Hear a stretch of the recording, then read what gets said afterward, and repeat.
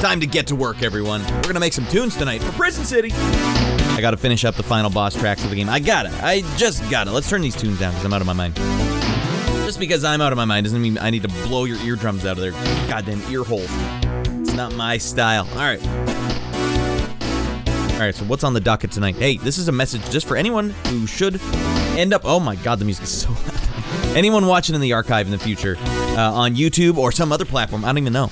Guess what, everyone? You're in for a treat. You're gonna dive into the mind of a maniac, a maniacal lunatic, who's gonna write some music for a final boss theme for this game right here. This out-of-its-mind, super action-y, NES-inspired game by Retroware and programmed by Tino himself. Look at those jorts. The livesters are already watching. I know you guys in the archive have no concept of what a live show is, but this is a live program. And they're already getting out of their mind. Archivers better know about Tino. They do now. And programmed by Program Mancer. Boom! We're gonna get out of our mind. And music by Radland Studios. Yours truly. My name is Matthew Ryan Creamer. I go by Rad these days. And my website is Radland Studios. Get the frick over there! Alright.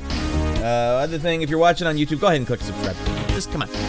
Come on, it's gonna show up on your screen. Just click it. Not on the screen itself, but somewhere down there. Just go ahead. Just do yourself a favor and click. I don't know what else I have to do. Alright, we got that out of the way. Let's get to making some music. Well, let's get the livesters in here. Alright, we gotta get the livesters in here. Some of them are already here. Alright, party time. God, that NBA Jam theme never ceases to get you pumped up for the big show. The big show. Let's get ready and break. Stand by for action. Standing by for action for 10 minutes. My Aunt Fanny, I gotta get to work. We're going 5 minutes, and that's just enough time for me to annoy everyone on social media. Come on in! I'm writing some tunes! I made a real good thumbnail for this. Oh my god, what a rascal I am. Who makes thumbnails for their music creating stream as it's going live? No one in the history of the world. I'm the first. I don't think it pays off, but I like seeing it. Dan, hose around and find out. Oh man, yeah, what was it, Sunday, we brought back the console Cold War. Couldn't have gone any better. Couldn't have gone any goddamn better. Yep, now the Facebook users know. Now my mom knows. Hi, Mom! And any dodgeball players I may have played on a team with over the last 12 or 15 years, actually. Hi, dodgeballers! Now I gotta let the Discorders know. Guys, if you aren't on that Discord, you are whiffing it supreme. I can only take you to the door you have to walk through. And Tino's over there, and he's giving you a lesson on how to cut your jeans into 16 shorts. I would pay heed. I want to live the Tino lifestyle, and I do. Every day. Every goddamn day. Alright, now we got that out of the way. Minimize that. That can stay open. Alright, now let me get back to these beloved livesters.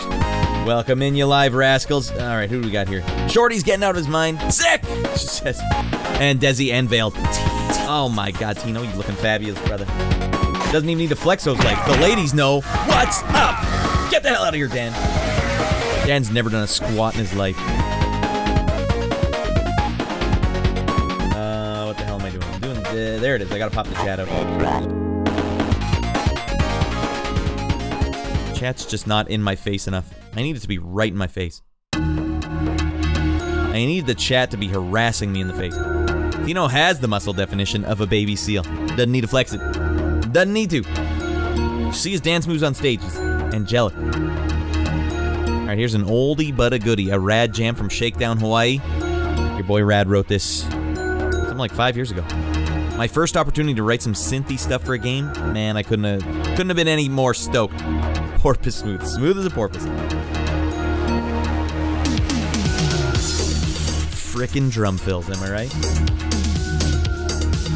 Welcome to How I Write Chiptunes. We gotta write a final boss track tonight. I was gonna play some games, but I actually played Forza for about 5 hours last night, just unlocking Baby Boy Rad stuff. Now that I stream, my ability to play games for a long time, hose around, Dan, has gone so far up, I can just sit and play video games for 5 hours. That is ridiculous. I unlocked him a lot of wheel spins and beat a bunch of stupid races. But man, they are stingy with the cars. Give me the goddamn cars. I played for 5 hours. I didn't get one Bugatti. What the hell is going on?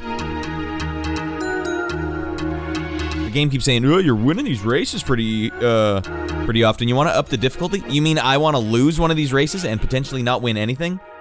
Are you out of your mind? All right, here's the game we're working on right now, some Prison City. It's going to be a little quieter because I usually send developers the tracks pretty quiet so they don't compete with the sound effects of the game. And you guys are getting the developer teaser one. I always end them with MP3 ready. It's MP3 ready. Listen to it in your car. So we're going to listen to the NES version of the track with just square waves and triangle waves and DPCM and blah, blah, blah, blah, blah. But we will not be listening to the final version that has a little bit of synth in it. Listen. That's a little chunkier than NES, isn't it? Damn! Shh! Trying to listen.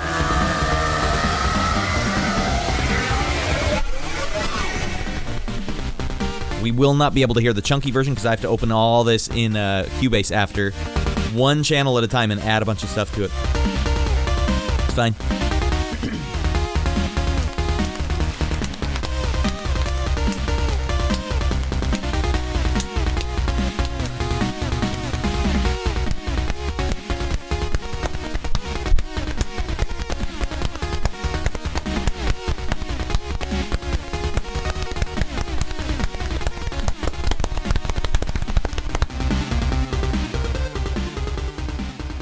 What do you say about the bruises? I fell down the stairs. Hey, TM Bass over on YouTube. Welcome over to YouTube. TM Bass, you at work, buddy? You working hard? They let you bring your bass to work? Just get out of your mind. I don't have any TM Bass on the screen, and that's making me sad. No. There's the big boy. Boom. Hey, where all the action is. Let's get there now. He has to be this big. Stuffing his hands into a paper towel. This. Wait. This big. It's huge. All right. Despite the thumbnail, I'm not using any guitar tonight. Thumbnail had the guitar on it.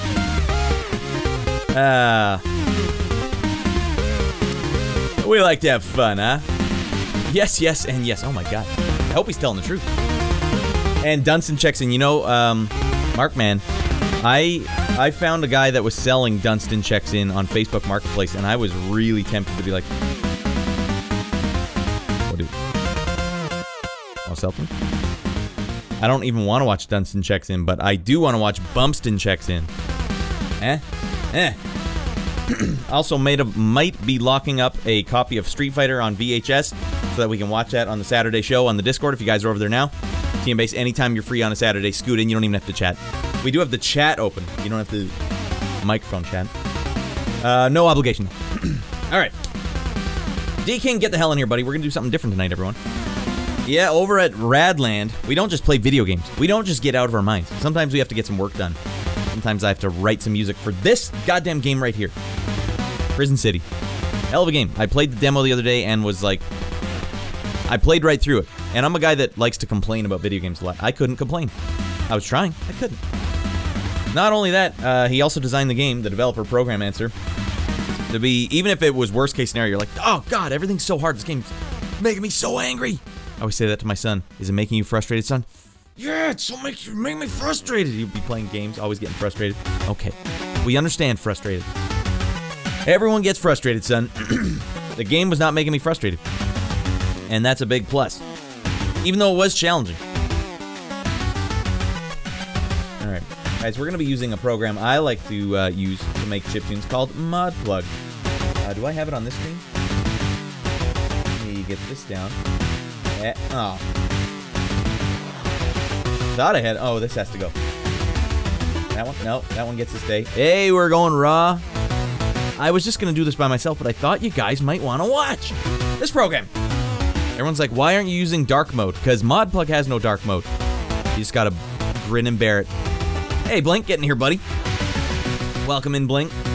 Any more fiascos with the game locking up on you? iBlink helped or speedruns Final Fantasy VII. And by the way, I forgot to give you a nice shout out when we were doing the Big Fannies competition a week ago. There is no way. I would have been stuck at the very the first town of Final Fantasy if you weren't helping me out step by step. Which is sort of against the rules in the Big Fannies, but you know what? There was no way I was going to win it anyways. It only made it entertaining and competitive. All right, I haven't touched it for a bit. Yeah, you gotta just... Yeah! Not now! All right, we got the chatsters galore tonight. I'm digging it. Bubble. You know what? Maybe I'll do this. The chatsters are going to get out of their mind. I might as well just put the chat over here. It's right here! Alright. Now this game has kind of a slew of bosses at the end. We're going to be writing a late game boss track here. It's supposed to be a bit rockin'. I'm not going to like add all the fiddly notes like I usually do. This one, no. It's going to be a bit heavier. Just a bit more straightforward. Power chords. And then a little bit of like diminished notes, you know? Boss rush. Yeah, we're rushing it. Vale, also... Simon received the letter today. I recorded him opening it. I'm going to give you a little video. I'll send you a video of him. First thing he did was like, Vale sent my son. Vale lives about 2 hours north or 5 hours north. I don't know how far Edmonton is. He lives north of me, and he sent a package addressed to Simon. Oh, man, he was so stoked. I'm like, yeah, that's my name. That's my name. Video. I took a video of him opening it, so it's a bunch of Hot Wheels, which he's way into. And he's like, BMW, Volkswagen. Like, he just keeps looking at which one is which. All right. Awesome, that was quick. 2.5. What was the shipping, Vale? Pony up the dough. I'll pony up the dough. All right, I got a school stuff this week. Gonna lock it. Free? What kind of shipping service are you using? All right, what the hell is Mahir? And does Yong Street have a definitive list of all of his commands, or does he hide them? Like a level of doom. Whoa, we gotta get all the secrets. Command boner. Nothing? Ah. Command nipple hair. Nothing? Ah. Then you should definitely type Mahir.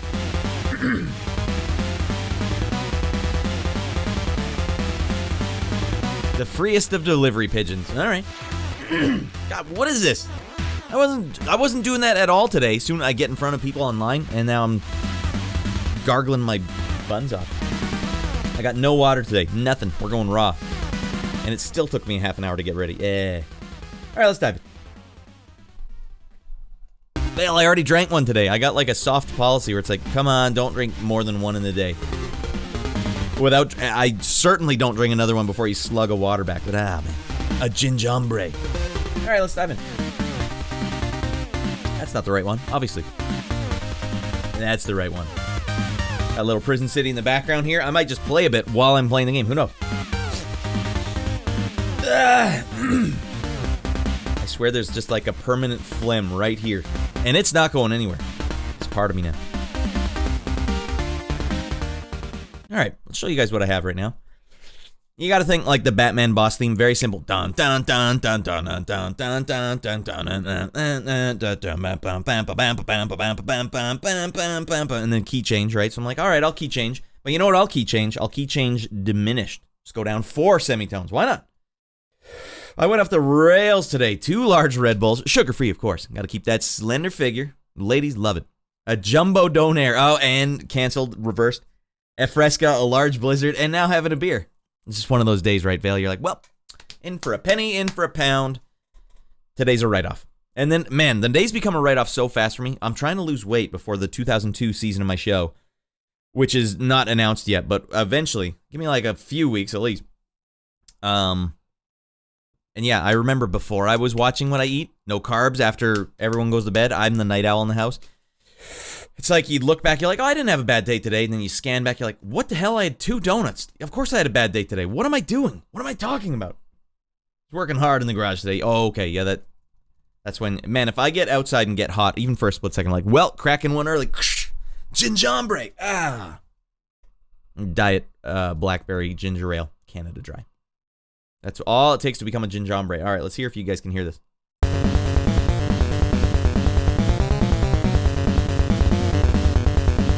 Key change.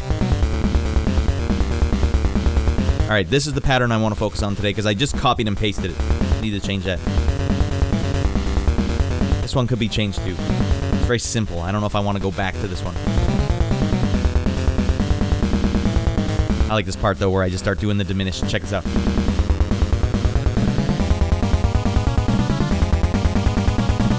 Now, first thing I want to do before I even forget, I want this thing to be tap tap tap tap like snare kick, all the way down on this last part, because I do it 3 times. I don't know why, I just like doing music in 3s. I think a lot of music teachers be like, no, don't do 3 parts. Everyone will hate you. Go to hell. I'll do whatever I damn well feel like. I want this one to, when it kicks in, oh, that's not right. I already hosed it. The music teacher be like, certainly don't do that. No one will even know what the hell the beat is. Right. Yeah. Alright. I am tall. I gave Shorty a call. Are we rhyming in the chat right now? Bubble. I gotta get rid of it somehow. My heart fills with joy when you are near. Yeah, I don't know what the hell's going on in the chat. The chat's derailed, but that's fine. That's their prerogative. They're beyond my saving at this point. Alright, this one, now we just get the drums going. Snare kick. It's like a low-level blast beat. Oops, I started the song over. Oh, you know what I gotta do? It's bop, bop. It's gotta go bop, bop, bop, bop, bop, bop. Snare. Bop, bop, bop, bop, bop, bop, bop, bop, bop. Bop, bop, bop, bop. Right here. Dot, dot, dot, dot. 1, 2, 3, 4. 1, 2, 3, 4. And then if I can, I'll maybe ramp it up a little even harder on the next part.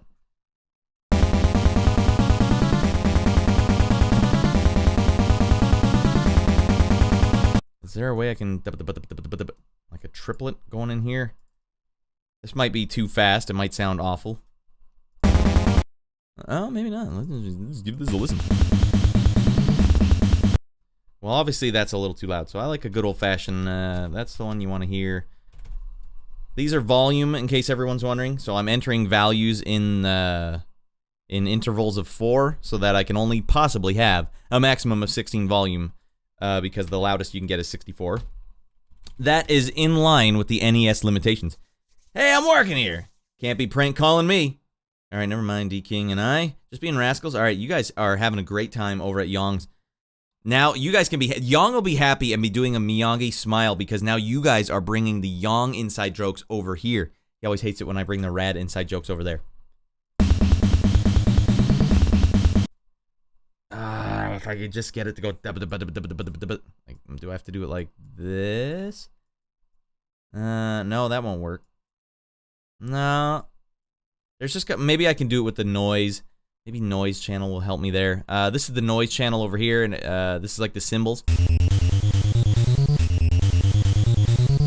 Yeah, these are copy and paste from an earlier pattern, so they're not even correct yet.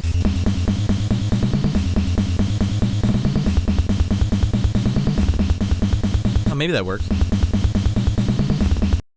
Alright, well, there's only one way to find out. Just toss them in, see what happens. Or I could just go straight blast beat, none of this soft blast beat nonsense. We'll see.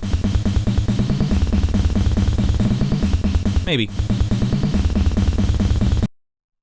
What if I just get completely out of my mind here and go straight blast beat? Do I dare? I mean, I usually do add a blast beat in the final boss track of a game I'm working on.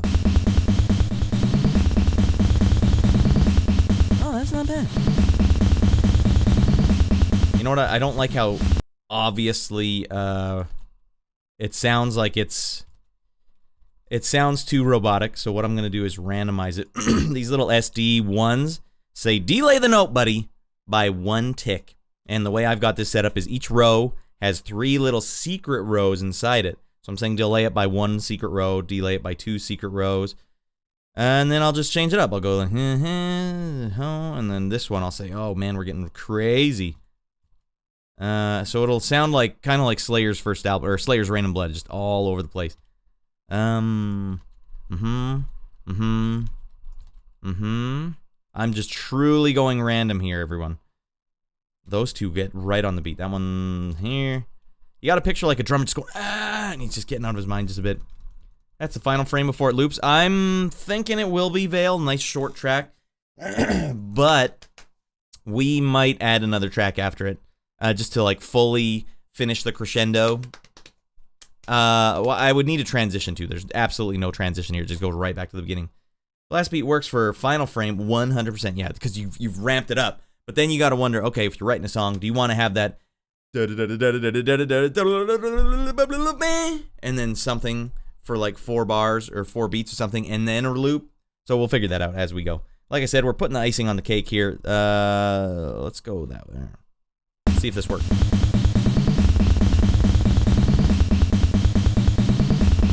Let's hear it all together.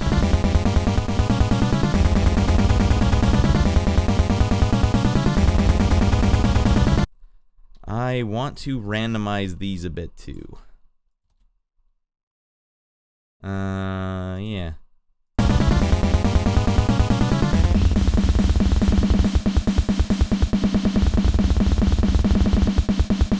Gets lost, you think?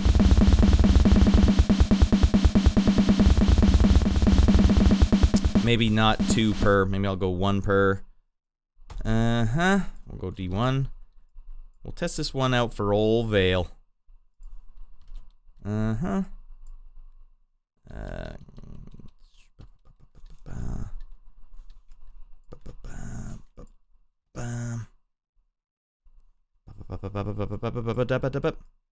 Alright. I kind of want that though, Vale, because I don't want it to sound like a robot.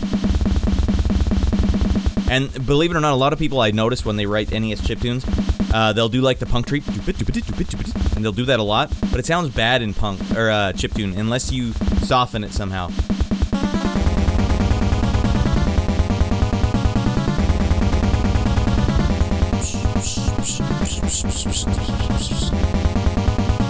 Yeah, I gotta fix the cymbals for basically the whole track.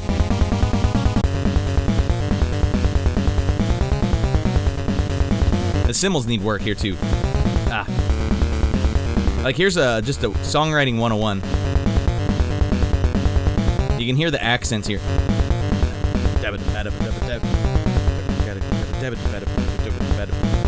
And I want the cymbals to accent. So there's a lot of like pivot notes here where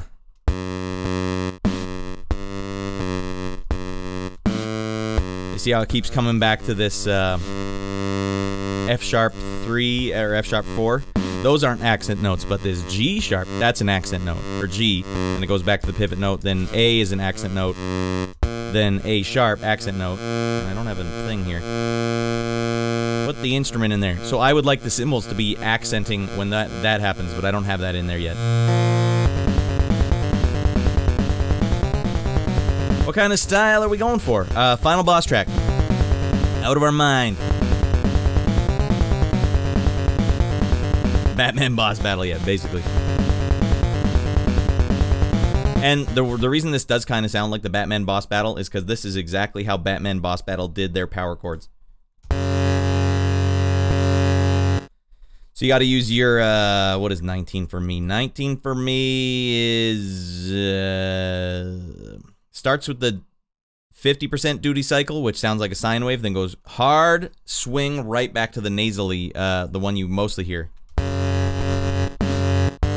And you write your power chords. So you basically take whatever you have over here, you copy and paste it over here, instead of it just being a copy and paste. No! You take it all and you raise it up by 7 semitones to make a fifth. And if you want it to sound like it's diminished, you just go by a fourth. There you go. That sounds like you're writing a death metal track, but you just want to lean on this lightly. You don't want to do a lot of it. Alright. Out of our mind like shark. Shark 5 feet from the shore. He is out of his mind. Fading Frenzy! Alright, so I've decided I like these first 2 patterns, and then the second 2, I actually just take the whole thing and copy and paste it, but down 4 semitones, which is kind of like a Slayer move, I think. I don't know. I just did it because it's diminished, but then I noticed that it kind of sounds like Slayer. I need a transition there, but you get it.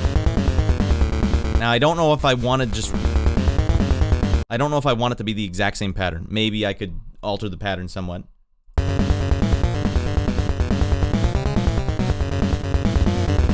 You know, maybe I'll turn off the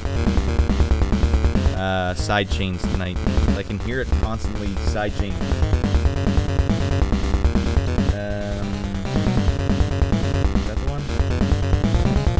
I'll just turn them way down. Yeah. Turn you way down. Yeah, that's not necessarily going when I'm just breathing or moving towards the mic. Maybe alter the ending of it. D-King, that's exactly what you do. You gotta basically, ABAC it. What ABAC means is, you don't want to just copy a pattern 2 in a row. You'd basically say, alright, a pattern goes, in my case, it's 128 rows, which is 2 chunks of 64. So the first half is your A, yeah, and the second half would be B. And you'll notice in this pattern, the first half is different than the second half. Here we go, first half. Wait, follow, goddamn. So you'll see how the end of this pattern is different than the beginning. Then with ABAC, you basically can start the next pattern with the same riff. Well, I changed it up a bit there. But then, yeah, the C, ABAC, so you do the first half, second half, they're different. Then the first half of the next one is another A, so it's basically the same. And then C has to be something different. And yeah, right now there's absolutely no transitions. Not a single one. Easy way to do transition. Like, transition work is like the end of the song. You get your skeleton out there first, and then you start working on transitions, which is where I'm at right now. We're on the transition phase of this project.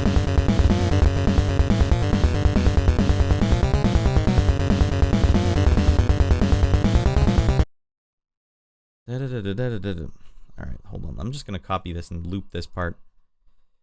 Just this part.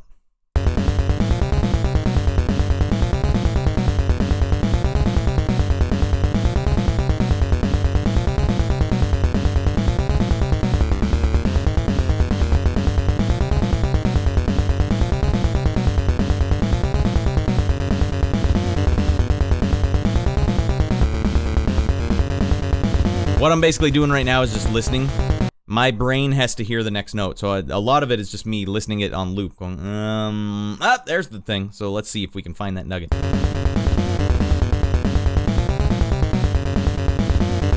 Oh, there's something, yeah, I don't like that the bass keeps playing. I should just change this. Yeah,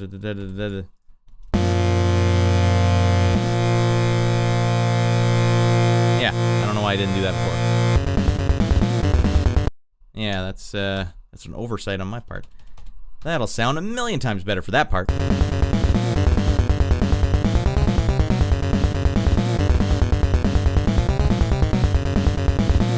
So I have to keep in mind in my head that there's a diminished key change going down, 4 semitones.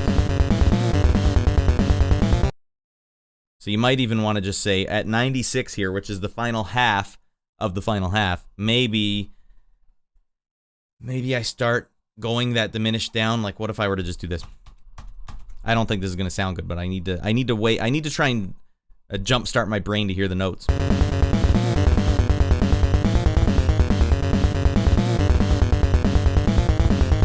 That's the key change we're going down to, I think. Wait, is that not even it?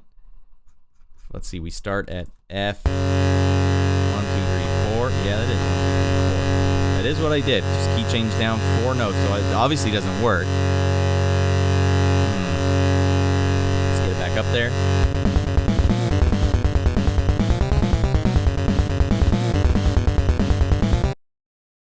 So maybe a rhythmic, next attempt would be maybe a rhythmic, something rhythmic to make it go.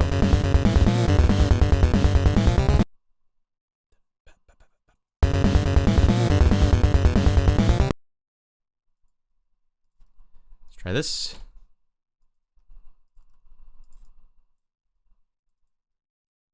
It's ba ba ba ba ba ba. That's what I'm hearing in my head. So then I would also say, all right, well, maybe I can match these up. Dun, dun, dun, dun, dun, dun, something like that. So let's slow it down. Give it a whirl.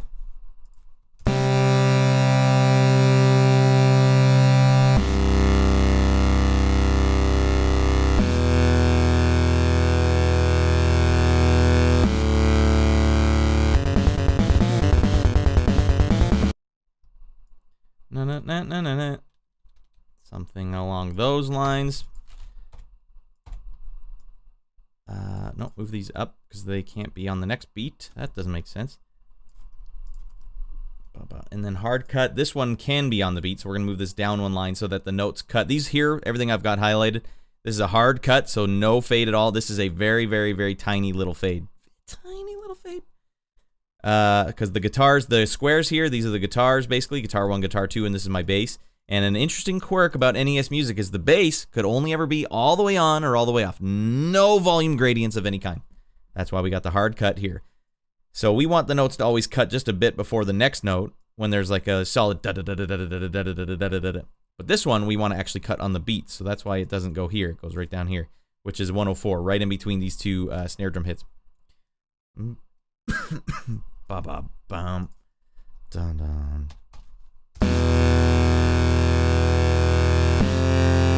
That's the note I want to dun.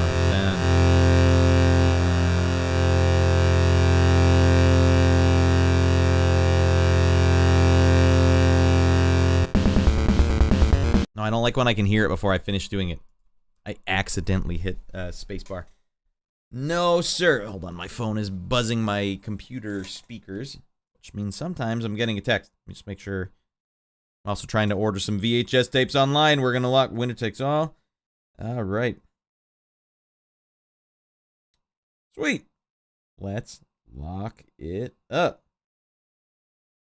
What days and times are good for you? It's Facebook Marketplace stuff. Oh, this is riveting entertainment. I am good with afternoons and evenings.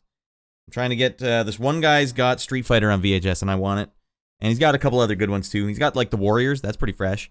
He might also have Desperate Measures, which I desperately want, and I will take any measure necessary to get. Desperate Measures, the one where Michael Keaton's the bad guy. Remember when he was lifting 4-liter bottles of water, or maybe urine, I don't know, in his jail cell, just getting ripped out of his mind. Okay.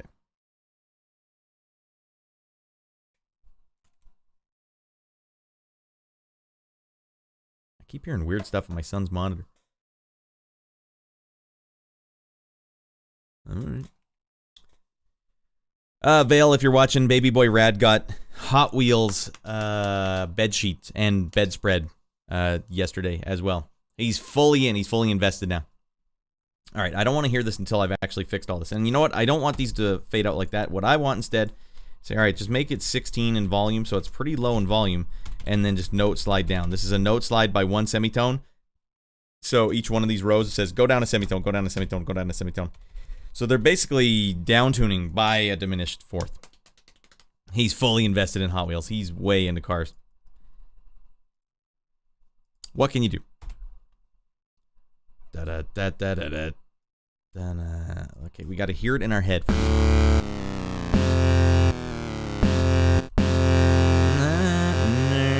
the note here?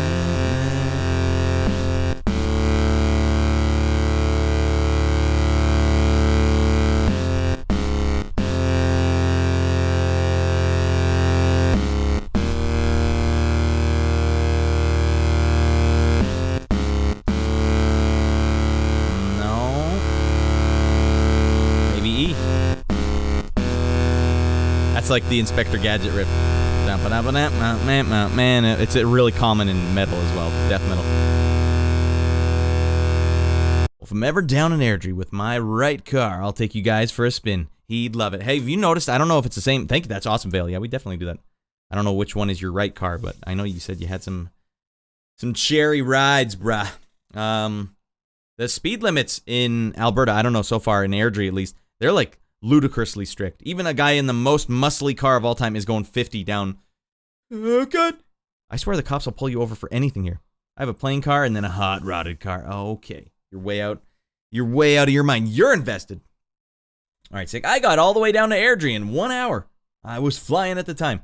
Yeah, Mrs. Rad was going like, I don't know what she was doing. She was driving from Airdrie to Crossfield, which is like a 20-minute drive, back roads, paved, but no one's out there, and for some reason it's like 80, but it feels like a highway, and so she was going like, I don't know, 90 or 100 or something. Woo, woo! Hey, ma'am! You trying to go get donuts from the Crossfield Donut Shop? I'll let you off with a warning today. Don't make me use my billy club. Oh, God. Yeah, they just must not have anything else going on. They also gave her a ticket, a $400 ticket for failing to fully come to a stop at a stop sign, which she says she did come to a stop at. He's like, yeah, well, not long enough. What, a $400 ticket? If you'd have just made it a $40 ticket, she'd probably been like, maybe I didn't. I don't know. Well, $400. She's like, no, I definitely came to a stop. You're never getting that money. So we got to challenge it. You have to just hang out in spots they know people will speed. And then what's up with the stop signs? Like, you did not come to a full stop. Well, let me tell you something, Buster. 1 block away, over at the Superstore, there's stop signs all over the parking lot. No one ever stops at them. You could rake it in. $400 here, $400 here. Ticket. Come on. The hell's going on here? Art, get in here, buddy. You got to pay for those sweet AB roadblocks somehow. Ab roadblocks? You got to pay for your abercizer somehow. It's always nice to see Art in here. Art and writing music, buddy. Writing some goddamn music. How silly is it, Art, that I write Nintendo music for a living? Do you remember me? I remember specifically telling you the level 1 theme song from Double Dragon 3 is my favorite NES song. And you're like, really? I remember you thinking like, I wouldn't have picked it.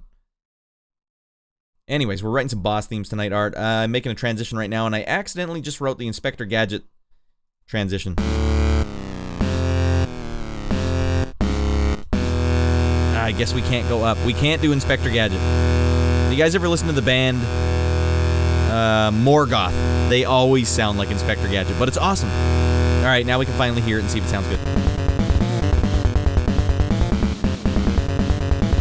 All right, now let's see if it sounds good going to the next pattern. Only time will tell.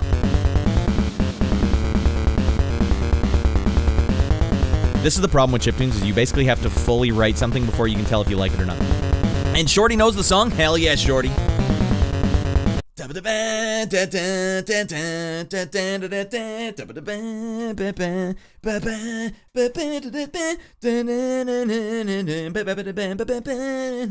Sick tune.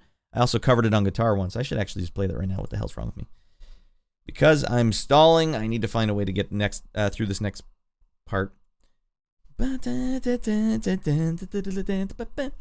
don't know about the energy, but there's much more yield signs near me as opposed to stop signs. But I, too, have been pulled over for failing to follow a sign. Well, the thing is, like, stop signs, right? There's a thing with stop signs that it's like rules of the road. Go with the flow, right? If you're at a stop sign and you can see there's someone way down there, but they're nowhere near you yet, if I come to a full stop, we're going to have that thing where we're going to, you, me, that I find more dangerous than anything. What if I just go right now? Like, I've slowed down, and I could stop, and I will stop if necessary. No one's around except that guy way down there. If I come to a full stop, we're going to, you go, me? Yeah, I don't know. We both stopped similar times. I don't know. Just get in front and go. You got 5-6 seconds. You got lots of time. All right. Stop channel. That's a good term. I played Double Dragon 3 so much. It was on one of like 4 NES games we owned. Goddamn, Shorty. I don't know if you've ever heard this track. I won a competition with this track. It was a Dwelling of Duels competition where you had, this was a special one. They're like, it's free month. Cover any track you want, buddy. I was like, Double Dragon 3, stage 1. Let's go. And usually they just gave you 1 month to write a track. This one, they gave you 2 months. And you were allowed to submit your track halfway through for feedback. And so I did. And they were like, this and that and that. So it was the longest I'd ever worked on a track up till that point. And it was like the first time I actually knocked it out of the park, and the first time I ever used good drum samples. And I used them in ModPlug. I wrote all my drum samples and my bass lines in ModPlug, exported them as waves into an audio software program where I could record my guitars live. That track is so sick! Yeah, that's funny. TM Bass, you probably heard that track. Now I'm just shilling my own stuff online. TM Bass here's also done some Dwelling of Duels. You did do Dwelling of Duels, right? On your own? I know you've guessed it. You ever done on your own? Just knocked it out of the park? It's too intimidating now. Everyone at Dwelling of Duels is like Prince of Darkness and Snapple Man and Norg and Vert. And like, that's not for me. I'll keep it sensible. Thank you very much. No. Unreleased tracks. Do I have? Wow, I don't even have these on my computer. What the hell's wrong with me? Hot content coming through, everybody. The hottest content I know. I don't even know if I have that song on my computer. How silly is that? I'm just going to have to listen to it on the internet. That's fine. Why not? That's what YouTube's really coming in handy as like a music service. It's a lot better a while ago when you could just upload whatever you want. Everyone's like, fine, no big deal. I'm like, hey, copyright algorithm says get that the hell off YouTube. But that guy's doing it. I know. We'll get him later. All right. I called it Brett's Requiem because Brett dies at the beginning. Double Dragon Norn Rad DOD. Let's see if that comes up.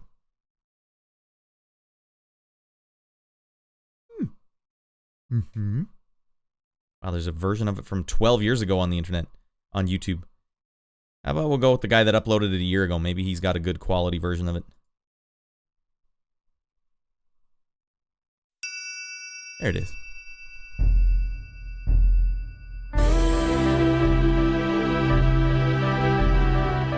Snappleman? I'm here. Do you know about Snappleman, Hatter?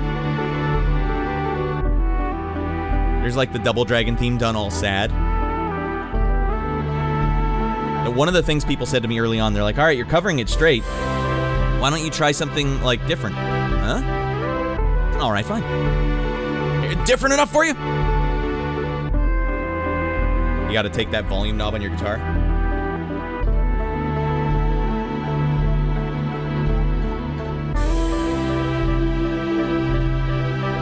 And all these orchestral samples are loaded one by one into ModPlug and just played exactly like the notes here are.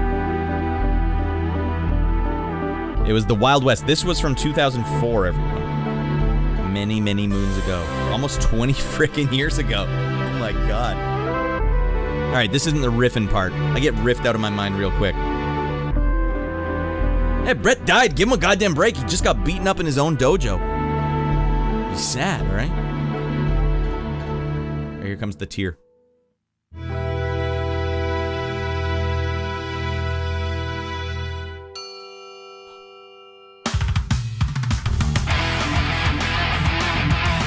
That's heavy as frick.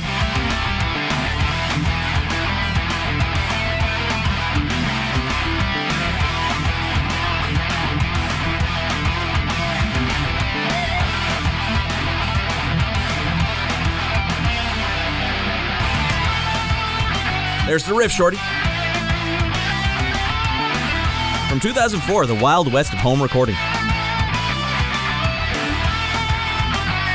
Markman knows what's up. Hurting my back right now, how heavy this is. Frick. Goddamn. My little thirds there. Iron Maiden wants their riffs back. Hear the drums going with everything syncopated.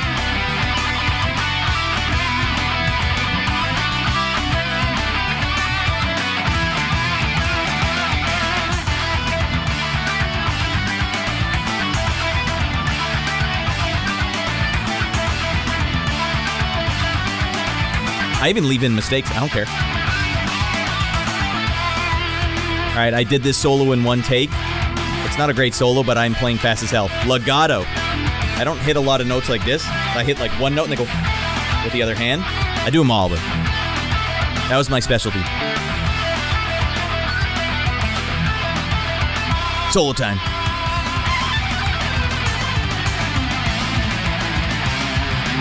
Legato.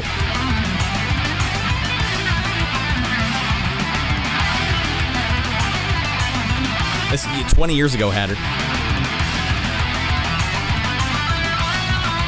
These little baby sweet picks. Oh no, they're not yet. Oh, legato though.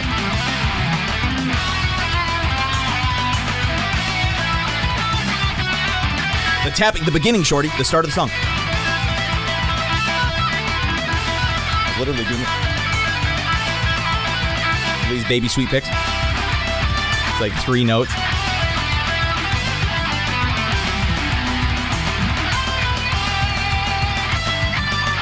Sweet picks. The ending of this track, I accidentally hit the wrong note and was like, yeah, that works. Let's do it.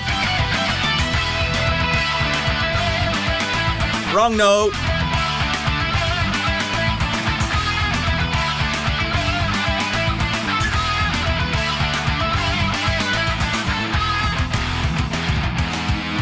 I kind of flubbed it on the ending, but that's what I was doing back in the day.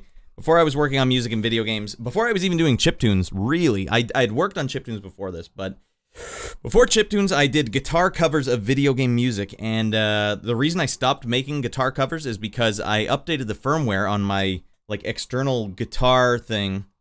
It was called a Pod XT. The bean, it looked like a bean, like a little maroon bean, and it was all like virtual amp simulation and stuff.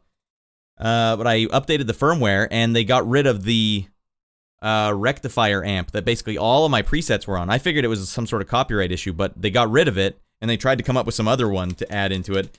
No, this one's gonna be sick! But it didn't sound like, all my presets sounded like crap. So, and that unmotivated me so much, I basically retired from playing guitar because of that. And then I was like, you know what? I'm sick of like all these tongue twister guitar riffs I have to learn and try and get this stuff going. Like, I didn't want to keep practicing guitar. I just wanted the songs to get written. You know, I didn't like the part where I'm like, well, I got cool ideas in here, but in order to play them, I better practice for 3 hours a night. So that's when I started writing chiptunes. And I'm like, oh, this is so much easier because I know the notes I want to hit. I don't have to practice fricked up scales that are like, all right, the Hirojoshi Japanese scale with a bunch of skipped notes. Like, I don't want to learn that, but I know the notes. Just write the songs. So that's why from 2004 on, I basically took like an 8-year hiatus where I only wrote chiptunes, and that led up to me working on Retro City Rampage. All right, okay, how do we hear that song outside of stream? Oh, I'll give you a link. It's never, why don't I just send you to the actual DoD website? Dwelling of Duels. So there used to be a monthly competition where people would do this. Lots of people would do this. Sometimes like dozens and dozens of people would do it a month. And it was just a competition, and someone would come up with a theme, and then everyone would try and write a song to that theme using video game music. So the theme could be like the one, they're still doing it, I can't believe it. The theme this month was Wild West games. Okay, so that's your theme. So the theme for that month was the first ever open free month. Pick whatever you want, just play something sick. Let's see if I can find old months. How do I find old months? Dwelling of Duels, listen. Wow, they got quite a website they're working on here now. That was maybe like the 8th Dwelling of Duels ever, and I can say confidently I was the first guy to ever use good drum samples, and that definitely gave me a big boost in the voting. Because at the end of the month, all the tracks are anonymous. You don't know who's who, and you just listen to them all, and then everyone gives them a rating, and then the one with the highest rating wins. That is 20 frickin' years ago. November free month. Which one was it? 15 May free month? No, it must be November. Ninjascape. No, that was the second one. May. There you go. So if you ever want to check these tracks out, it's never been posted officially somewhere, but there was the month I worked on. Shane and Ailshawn were second and third, and they were coming in with some pretty riff heavy. They were better guitar players. But I'm a rascal, all right? And the rascal knows how to fool people into thinking he wrote a better song than he did. All right, I think Flipshot still has his one. Oh, man, well, mine literally stopped working. And I paid for the metal update as well. That was a bummer. That hurt more than anything. I just can't play guitar if I don't like the sound of it. And I didn't like the sound of my guitar almost ever. So it was hard for me to like want to keep playing. I'll show you. I'll link you to the rest of my months as well. So you might as well. Oh, man, 2004, I was out of my mind. I won 3 DODs in a row. I think I was completely out of my mind. Here's another one where I wrote with Zost. Some of you may know Zost, the speedrunner for Super Metroid. He was the drummer, and Colin was a bass player, and we actually sent files back and forth, and then I matched them all up in my audio software. And that was in 2004. Guys, that is the Wild West of home recording. It's absolutely out of control. The first month I ever won, though, was the fighting games month where I did Guile's theme, and I'm surprised not a lot of tracks in this month, but whatever, I sealed the deal, everyone. This track is not something I usually stand by. I'm not a big fan of what I put together for that, but at the time, in 2004, that was good enough to get you on Overclock Remix. And the last one I ever worked on was Michael Max's Sound Beach, I think. Let's see where that one is. I bought a bass just so I could do one of these songs and then said, to hell with it. I'm done. Guys, I'm done. I got no more left. Free month. How about this one? September? Hot content coming through, everyone. I liked my Michael Mack Sound Beach track a lot. It was the only one I did with live bass because people started being able to pick up my, I know this is your song because I recognize the bass. Damn it. Shouldn't be able to recognize the bass. That means I'm stagnating. What about March? Are we talking March?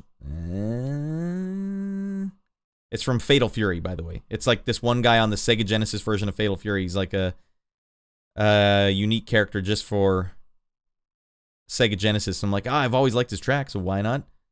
Fine, for the love of Pete. They don't have a search function? Wow, what am I? Come on, Dwelling in Duels. Why don't you have a search function? Until I say otherwise, that's Tino on my ride. Hey, Dingle Dude. You can get on there too, buddy. We're going to do no footies, no handies. Double and tandem. I'm going to win the competition. What up, Dingle Dude? Yeah, I haven't responded back, but that picture you sent of baby boy Dingle Dude, hilarious. I liked it a lot. He must have been out of his mind at that party. Michael Max's Sound Beach. I actually, with this track, I used to... Tino, my man. All right, love it. Guys, I'm wearing my Tino jean shorts right now, and they fit snug as hell. All right, well, I can't find the Michael Max's Sound Beach one, but you know what I'm going to do? I'm just going to play it anyways. This one is the only track I ever did with live bass. Live TM bass. Wait, this isn't my track. This is just some a-hole on the internet. All right, well, how about I do Michael Max's Sound Beach, Norrin Rad. Back when I was known as Norrin Rad, not just Radland. This could be the one. There we go. If you guys ever want to hear me playing live bass, I bought a $200 bass just for this track here. And in the second half of this track, I'm like, hey, you guys want it to sound a little different? I'll make it sound different. I'm going to put a capo or whatever you call those things on your guitar so you can bar a chord, like the open note is higher up. And I recorded the whole thing in like many takes so I could put a capo on so the natural harmonics would be different notes. The whole thing is harmonics. All right, Michael Max's Sound Beach coming at you live. Hot content.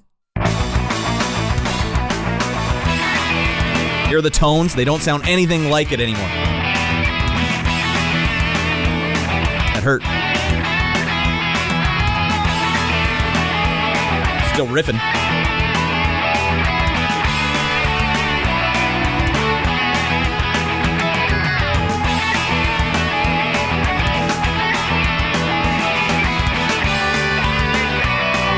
I don't think I've ever used that bass since.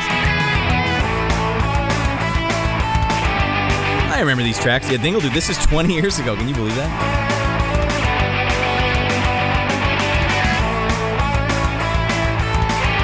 I don't know why we got on the subject, Dingle Dude, but now we're playing old tracks of mine before I write some more tunes. You can hear those harmonics already coming in.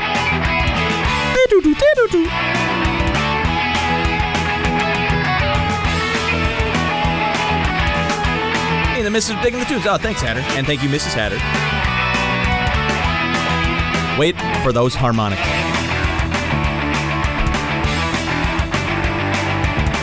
That's when I started just getting out of my mind. It's like, oh, you can cover a video game song by doing whatever the hell you want. This part wasn't in the original song, but I needed to transition to my all harmonic section. That was not in the original song.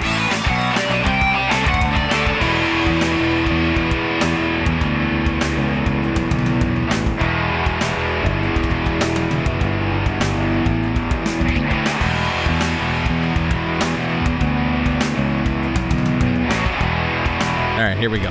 Let's get crazy. None of this is in the original. I covered it straight at the beginning, though, and then just get out of my mind for 2 minutes after it.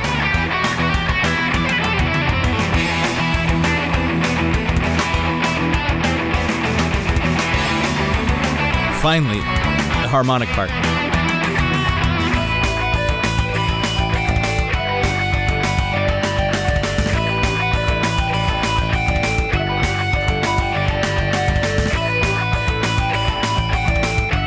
Not in the original. Bass player still going. What the hell are you doing? And then we need the obligatory solo. I remember feeling uninspired with this one.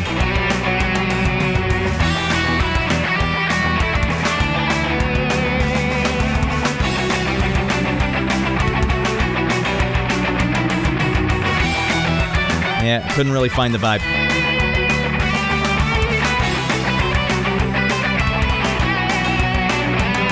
Don't worry, everyone. I find an excuse to go full balls out. BC Rich Warlock. Still got it. Still use it. All right, get that legato going, buddy. Butter me up. All right, here we go. Warming up.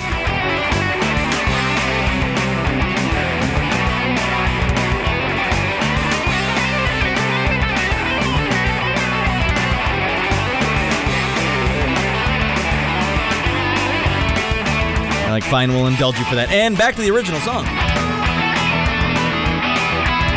this is uninspired. It makes me want to look at your hands and wonder what I've done with my life. With these hands. I distinctly remember I couldn't find the vibe.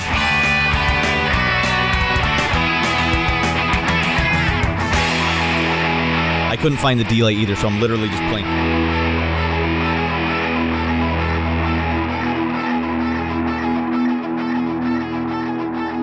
Should I stop? I don't know what the... Anyways, yeah, a lot of fun doing those. There was another one I wrote, Military Month. That was the one where that was the one where Vert actually paid attention to me. He's like, well, these are pretty good, young man. What have you been doing with your time? And he thought I was a better musician than I was, too. I fooled them all. I'm still kind of doing that. Even with this show, people are like, these graphics, it looks like you've really put a lot of work in here. Like, no, I know how to fool them all. You know, people back when I was in school were like, wow, he skipped 218 classes this year and still passed. How's that possible? Because I'm good at fooling them all. That's what I learned in school. All right, let's go military months. Whatever. I'm having fun. And I'll get to hard work after this. This was probably my most epic track, Contra. I think I lost my tones for this one too. But the pride and joy of this song is that I managed to do a punk drum beat for the Alien's Lair, which is a fricked up time signature. This is the boss theme of Contra. And then the superheroic chorus.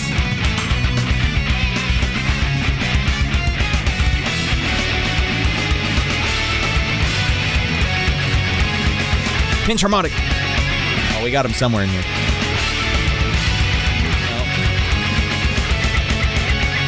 Oh, there's somewhere in there. I blink. Have you not played the original Contra? It's a choice. Come on.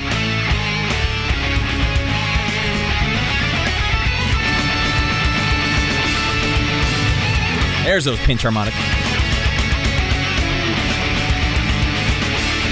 Well, it's not for everybody. The Contra games go down smooth, but you know what? Amazingly, I think Ninja Gaiden goes down even smoother. Thanks, Hatter. I appreciate that. I remember what always stands out to me is one of the mini bosses said, "Frickin' splash symbol's way too loud." There it is. I've never made the splash symbol too loud again in my life. All right, let's get that Alien's Lair going.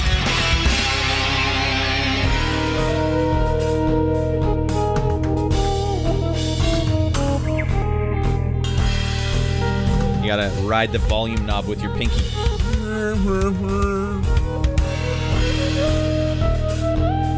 I didn't want to mention the splash symbol either, says Hatter. I wrote all these drum tracks in Modplug, the same thing. I would load in a synth bass sound and then draw all my such a stupid way to write music. So the Alien's Lair is famous for having a lot of crazy time signatures. It's from Contra 1, 1987, and here it is with punk drum beat.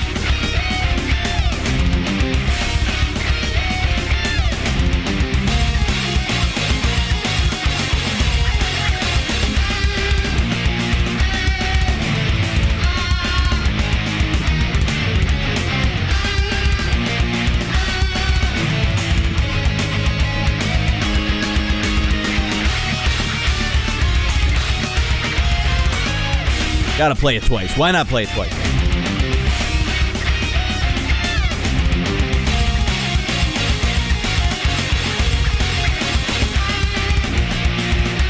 It's like my dream. Put a punk drum beat behind one of my tracks?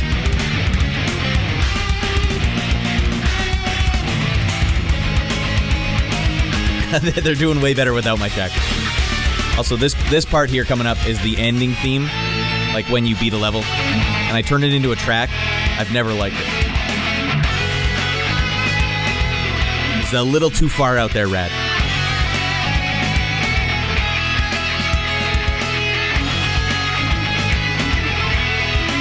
Like, back in these days, you would try and find the most obscure stuff you could to make a cover of. Like, hey, no one's ever covered the ending jingle of a level. Well, it was early on in my career. Play it twice, why not?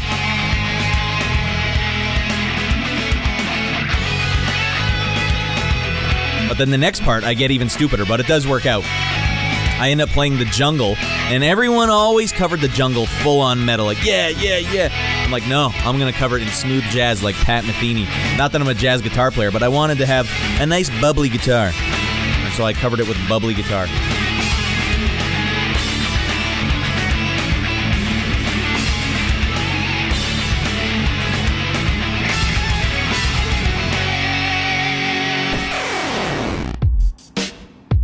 So I wrote this. Listen how stupid this is. Not now, Dan. We got him, Blink. It's like an underwater. I have drips and everything.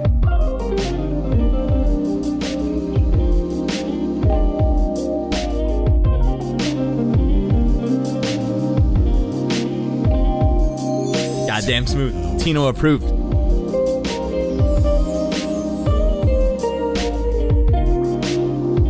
Is this DKC? Underwater music? With guns? Yes, it is. It's actually really clever, this cover. A little ahead of its time, if I don't say so. If I do say so myself. Because, like, I have all the stuff from the original song. I'm just repurposing it into ridiculous areas. And then the second half is where I go to town and just do whatever I want. That drum beat makes no sense, but I wrote it earlier and I just repurposed it. Like, drag it in. Does it work? Yes. We'll just go with this. More pinch harmonic, or just harmonics. I was all over those back then.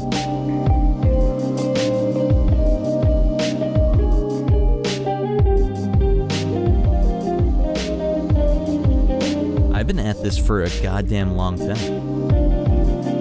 Over 20 years of writing songs. Weird ones, too. Weird and wild stuff. I know I have these on my computer somewhere. I just don't know where. I'm playing this off YouTube right now. And then just, to hell with it. Fade it out.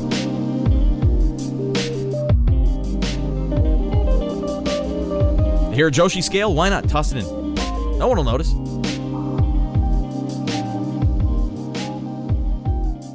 Alright. And now, 20 years later, I find myself writing NES music for a game called Prison City, and I'm working on a boss theme right now. Here we go, back at it.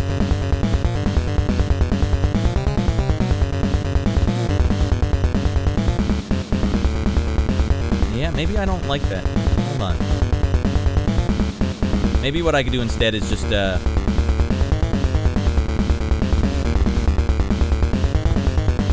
Alright, yeah, well, we're going to try something else. We're going to try... We're working on a transition here, if anyone that just popped in.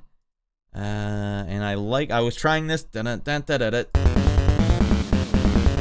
might keep this around, actually. Let's just duplicate that and throw it at the back of the pile. If I ever need to transition, that one is the first one I'll check out, see if it works.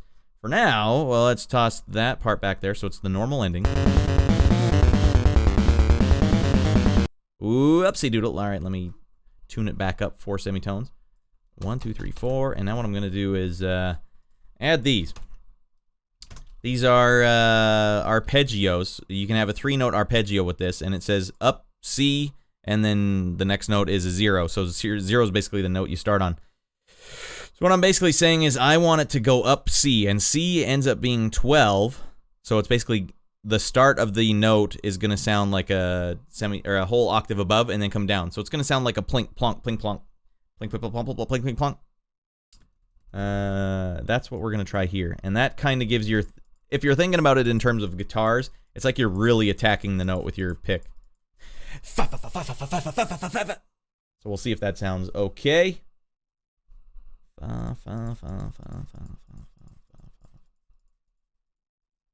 And if I have to, I might even go up an octave for them as well.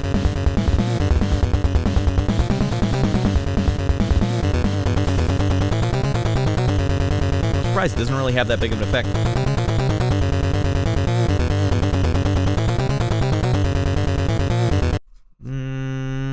No. That's not it. That's not it.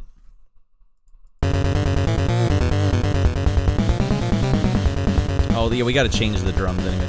Forgot the drums. Drums aren't fixed.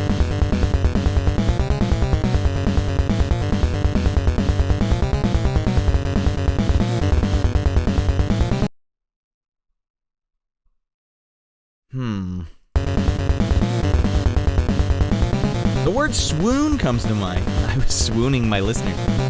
Thank you, Patter.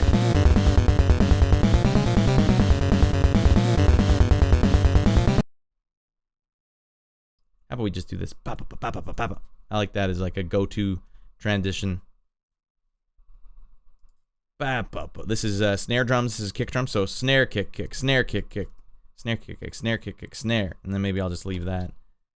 And maybe we'll do this. This is a sneaky, cheeky little move I use sometimes. And so I'm going to use it again. Actually, you know what? We'll keep these ringing out. We're going to do, as Jigs called it, a doom slide.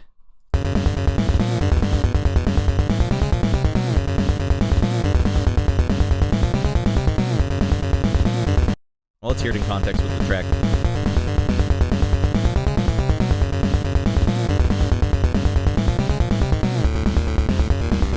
Alright, with the cymbals going, that might actually work.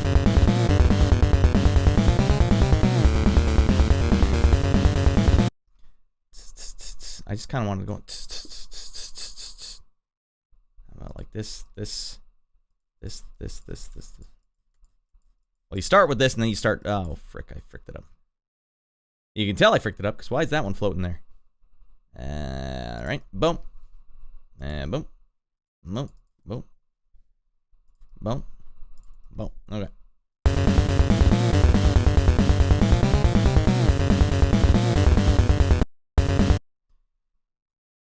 Okay, maybe it's got to be... Alright, so you can be... like that, and then... go down a couple. Let's just go 12, 16. So it's a different vibe. The 16, the volume cuts off quick on this one. Maybe we should actually, like, real deal cut it off. Yeah, let's do that.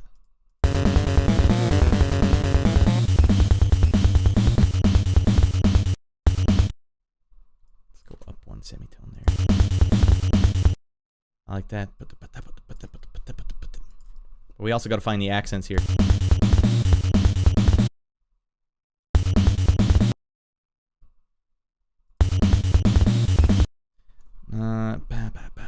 Okay, maybe that works.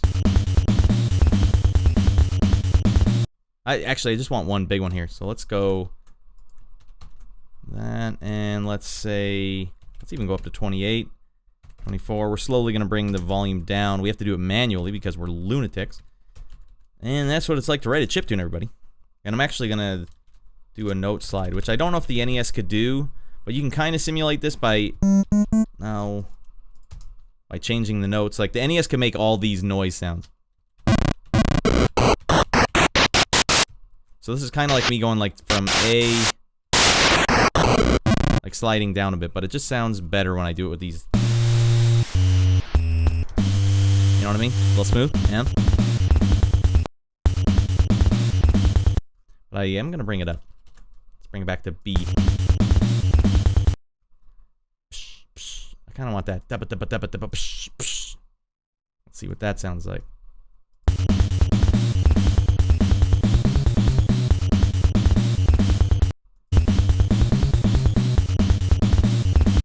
Okay, we don't need the very end. I'm gonna maybe do this.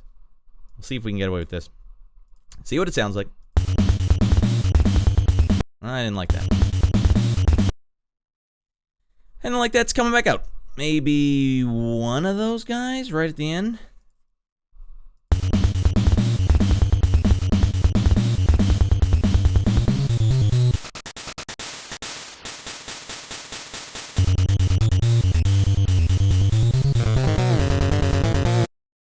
Nope, I don't like it. I will do this, though. This one's going to be a B, and that one's going to be an A sharp.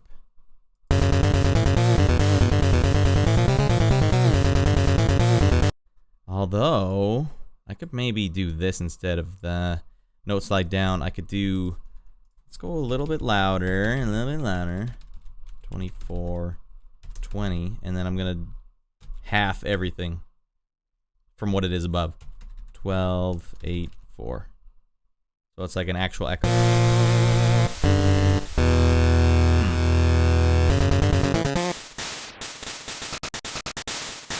I don't want to derail. What are you doing? You have it changing ABA. Okay, good question. Yeah, you don't want to watch if you're like, what the hell are you doing? Right now, I'm only working on the noise channel, which, if you want to picture it, is like the drummer's cymbals.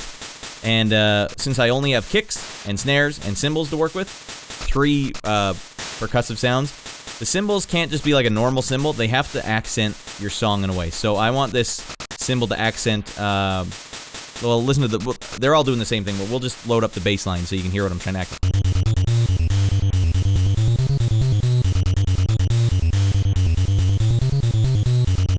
Good question, though. Good question, D-King. Thanks for watching, too. I appreciate it.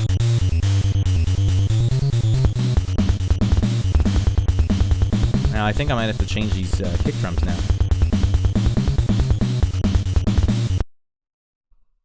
I might even be able to get away with this. Maybe. Okay, this is going to sound way too much, but we're going to try it anyways and see. I'm adding a bunch of kick drums here, so it's like when it hits the cymbal, it's like kick drum, double kick. Alright, let's try that and see if it sounds like a piece of poo in our ear holes. Alright, hold on. Yeah, it's too much, but maybe we can do that. No, it doesn't sound good after that. Sorry, let's try this. Alright, that's getting closer.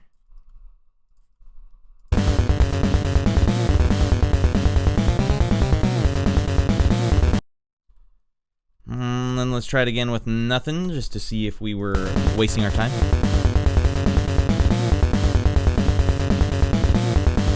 Okay, I don't like this one here. Maybe that's the problem. Oh, alright, that was the problem the whole time. I had one little errant kick drum that made me in my ear be like, we gotta have something that follows up to that. Why not just remove it and see if you want it at all? I do think I want to add more double kicks here, though. Something like that. We got to try it again. We're going right through the same problem we just had before. And I'm just adding a little volume fluctuation in here so it doesn't sound so machine gunning.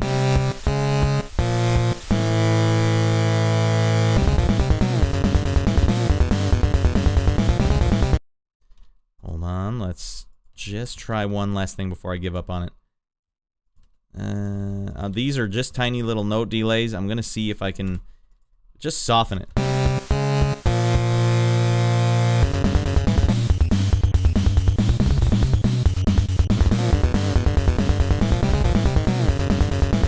You ought to think, what if Slayer was playing this? It would have been a little sloppy like that. But I want to add a second one here. Let's stop following for a second.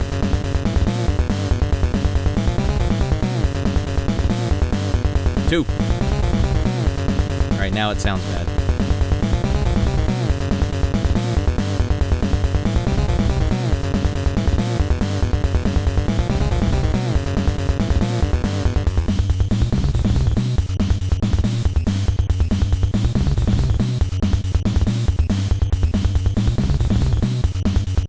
I got a trick up my sleeve, everyone, to make this work.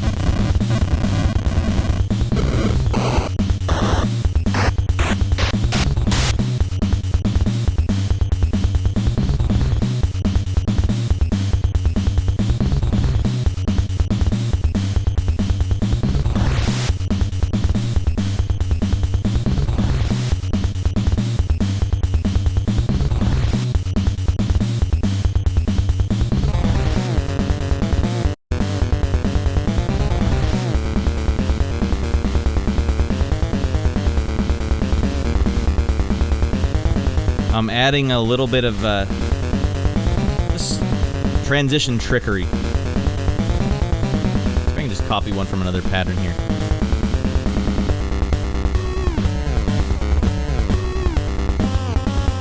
I'm looking for a big cymbal hit. I don't like making them, so if I get one that sounds good, I usually use it a lot. Yeah, we'll just reuse this one. That's what we're looking for. Good enough. And let's see if we can add that here.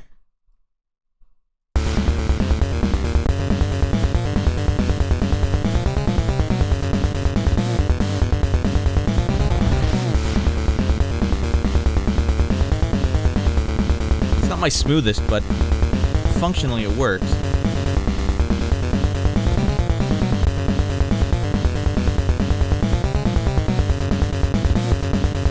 Wait, I forgot I wanted to accent these. So we're gonna add this here. And we're gonna accent all the notes that aren't pivot notes. So what I gotta do here is maybe copy this over to the channel next to it. One of the reasons I like using ModPlug is because I can do this. This is a muted channel, by the way, so no one will ever hear this channel. But now I can visually see what I'm changing.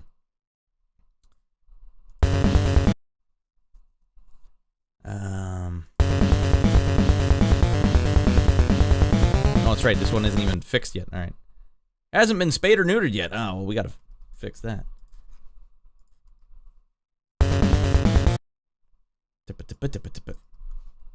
We're still doing just the noise here, D-King.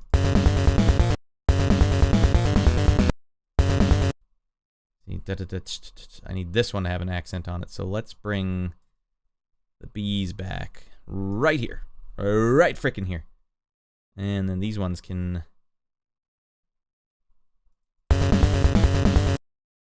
Yeah, see the B5 here, this is the accent note. And I don't want that to be on these pivot notes, so I'm going to make sure only A5s are on pivot notes.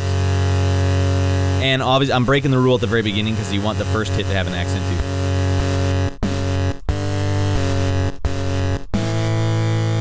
Let's get that B over here. Because the B, if you'll notice, the B doesn't have this little double caret thing. The double caret thing is a hard cutoff. That's why it's more like a...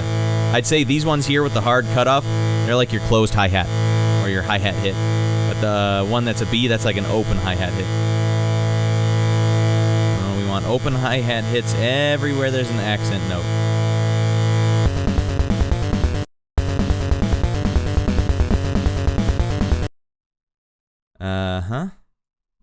Boom. And another one over there. I think that sounds great. I don't know if that's coming through on the speakers, but that's exactly what I was going for. Not the end there. No, it's got to be here. No, it's got to be your bull. Quote from Tommy Boy. I got to find that on VHS. It's surprisingly hard.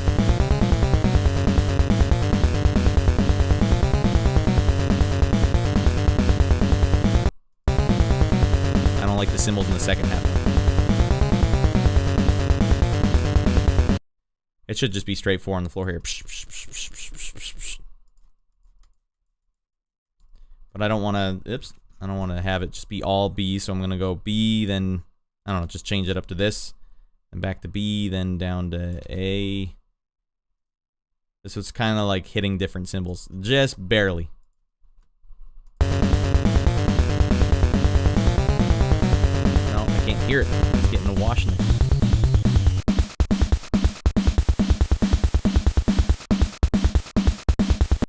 Maybe I need to cut harder. See if that will give me just... I need to cut the notes a little sooner, volume-wise, so you can actually hear that there's a new note, especially when it's washed with all this power action.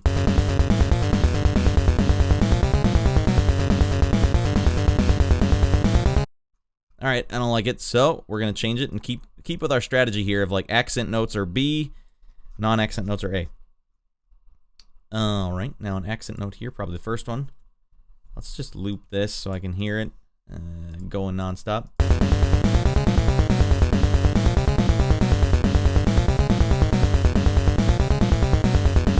I think it's going...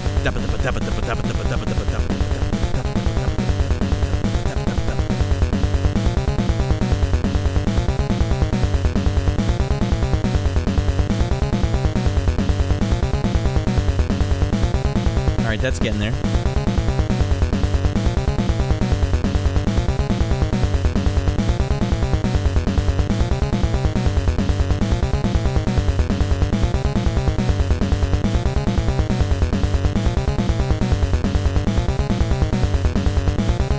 I wouldn't mind if it, you know what,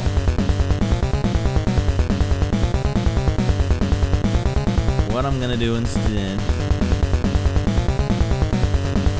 take this,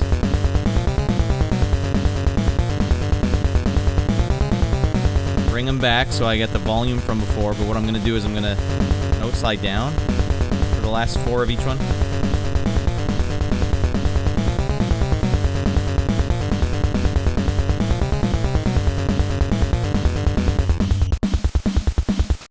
Still can't really hear it. Alright, what if we did this? A note slide 40, that's a ton of semitone. Alright, we gotta cut it hard. I didn't want to cut it this hard, but we are cutting it hard.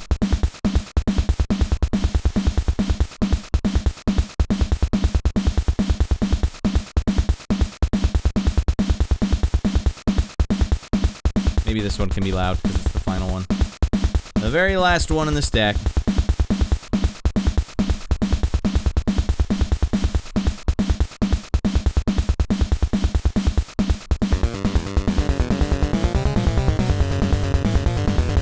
Those little details, they'll get you.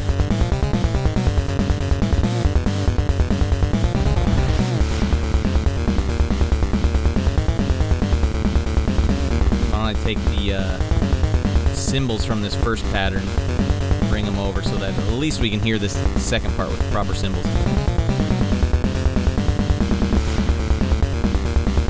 Oops, I need the second half. Alright, so let me get that AO3 over here. From here on, we need to copy over.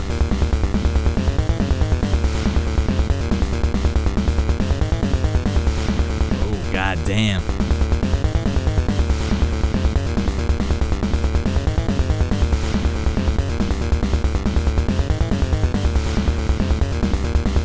Do one thing here, gotta go over to...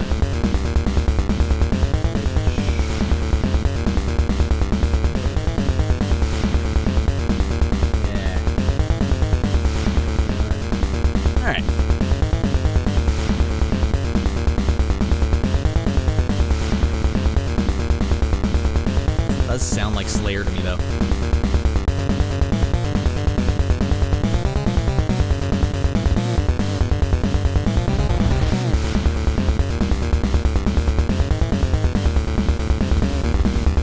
We might as well fix this while we're here. Remember, we fixed this earlier on the other pattern. I don't know why I forgot that the bass is still playing notes while these two aren't. Like, the bass and the it's like, imagine if Meshuggah was playing a song and, like, the bass player was just doing his own thing while the guitar's like, hey, smarten up! We're trying to write heavy stuff here. What are you doing writing your own... making your own rules? A-hole.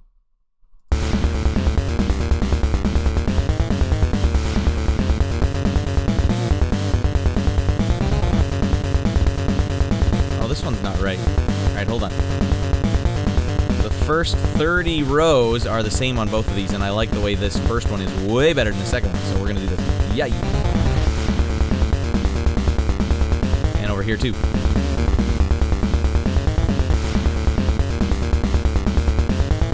This one. I know we're skipping around a lot, but I'm just trying to match the cymbals from earlier patterns with these ones because they have the same drum beat. Oh wait, these are different notes now, aren't they? So up to D4, up to F4. I want the bass over here to match with the guitars over here. Yeah, these first 4 bars feel pretty good to me now. Saving it now before a nuclear holocaust happens. And I lose everything in the post-apocalyptic future. Tino comes in just in time for nuclear holocaust talk.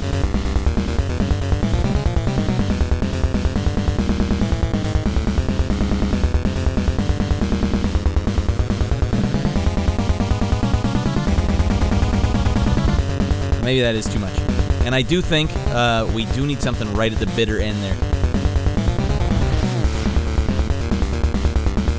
And maybe this transition here, you gotta think, like, when you have that noise going, do you want it to go right up to the hit, or do you want it to go like a little pause? You gotta make those choices as a musician. And I've decided to pause it here, but you know what? We might as well just keep going. I think we owe it to ourselves to keep going. What the hell? What the hell are you doing? Get up there. And we'll pause it there. How about that? Let's see if that sounds a little better. I just thought pause it halfway. It seems symmetrical, but I don't know if it sounds like I want it to. We're going to listen for the transition here at the end of this beat, this bar. It does give it a little more angular momentum, but it's not as punchy. Tough choices. This is a 2 patterns here that I think I might have to change. It does kind of follow the ABAC method still, so I might leave it in there. I think they're kind of blasé.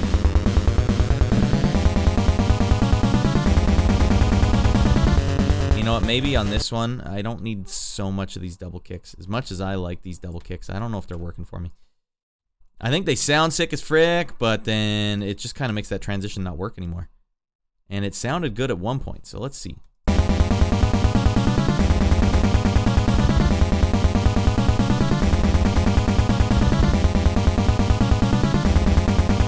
The cymbals could be dumping the bed here too. I haven't done the cymbals here. Maybe in that case I'll just delete them so they stop distracting me.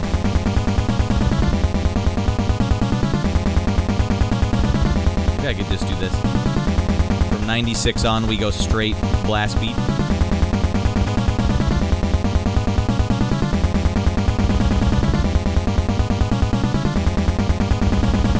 No, it doesn't sound good going in like that. Alright, well, let's keep it as it is then.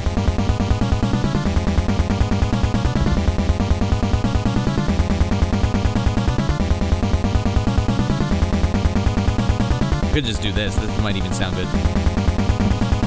No, just snaring it all the way. That might be the one.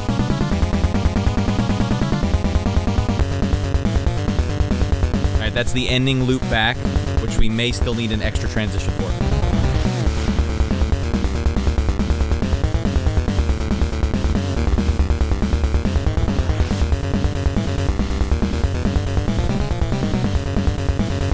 These drums are all over the place.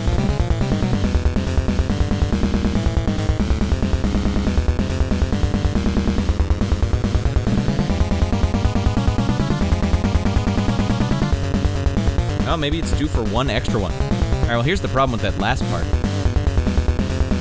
If you guys follow the pattern, I have 2 patterns at the end here. This is the first of the last 2. And the second part of it is that walking up diminished sound. And then the second pattern I have here takes that sound and just goes even further with it. But then if you count it out, I'm writing this part, this diminished part, you hear 3 times. 1, 2, 3. So maybe, I don't know if I'm hearing in my head, there should be a 4th one in there, but if I am indeed hearing that there should be a 4th one in there, then that means I have to change the pattern that has it at the second half of it to be something else, because I just don't want there to be a negative amount. So if I leave it that way, then add 4 of them after that, that would be 5 you hear total. I don't know if that will sound right either.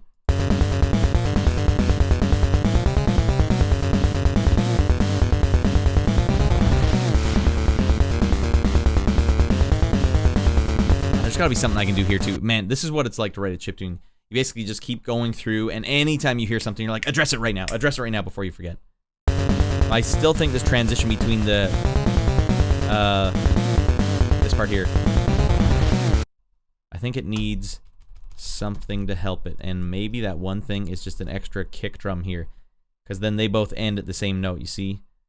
Because I like the angular momentum of it, but it doesn't feel like it fits yet. So let's see if it fits now.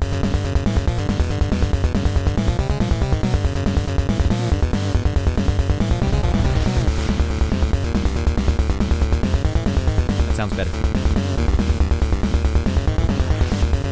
Also, we need something the second half of this.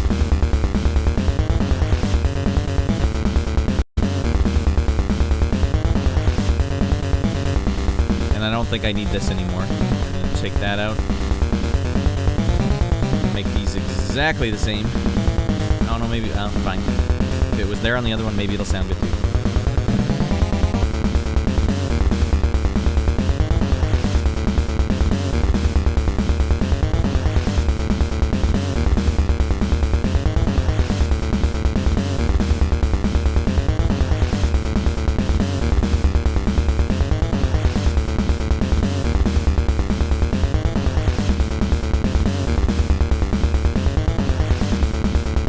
right, we're gonna go all over the snares on this one.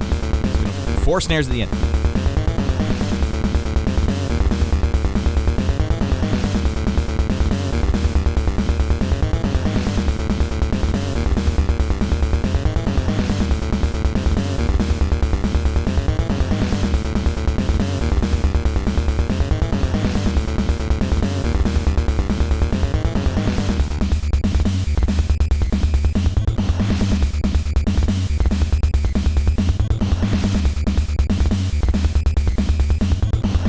Change it up a bit from the other one.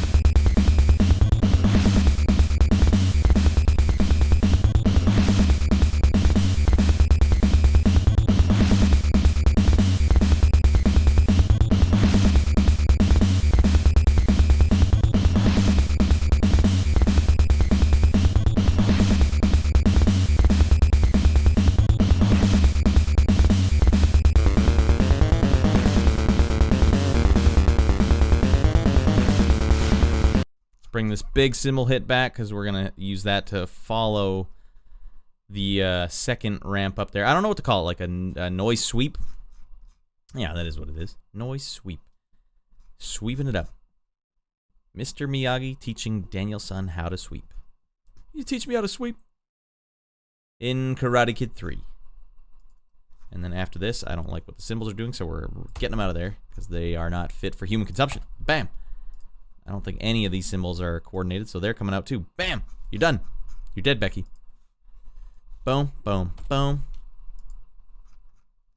Go home, team. I think you're done too. You hose around on me, I'll hose around on you.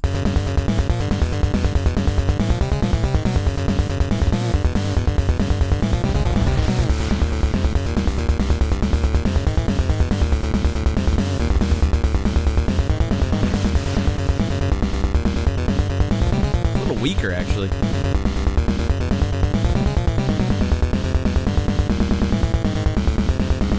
I mean, this...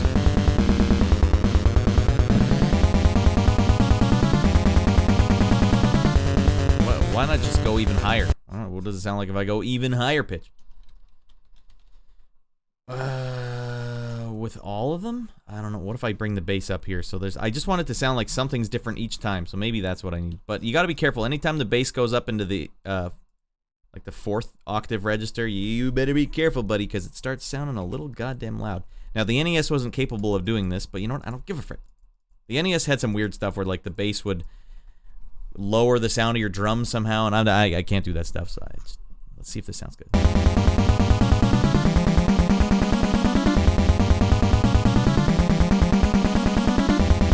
It does actually sound super weak, though. What if...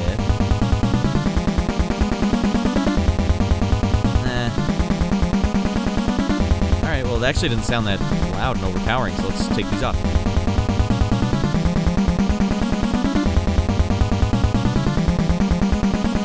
Alright, let's hear the whole build-up at the end, starting from the second to last pattern. Damn it.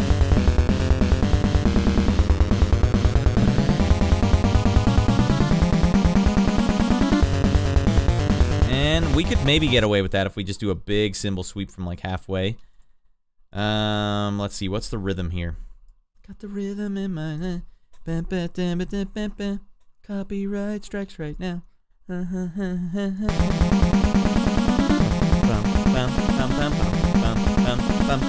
here's what we're gonna do.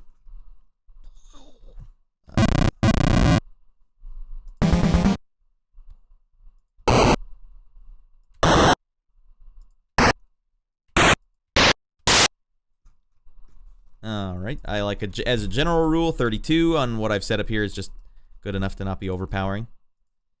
Don't want to scare away the old listener. Hey, you want to lull them into a false sense of security and beat them over the head with some blast beats right at the end of your track. Oh, he would never do blast beats, right? He would never, ever, ever do that. Why would he do that? Grandma's listening to this. Oh, God, he did it. I can't believe it, but he did it. All right, let's just see. This is going to be like, these are note slides down I'm adding, so I want it to kind of sound like... And we'll see if that's what I got.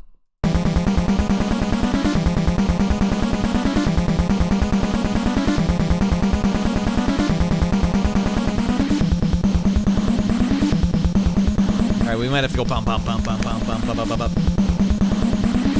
All right, you twisted my arm.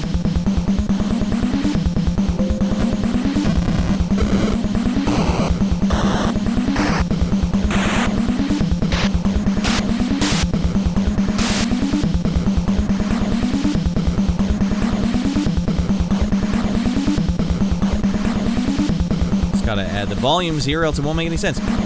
Well, anyone watching right now, anyone watch the Console Cold War last night or on Sunday? Brought it back, feeling pretty good about it. Took me a while to get used to. We're playing Splinter Cell, by the way. I'm directly comparing Splinter Cell with Metal Gear Solid 2 because I never played Splinter Cell.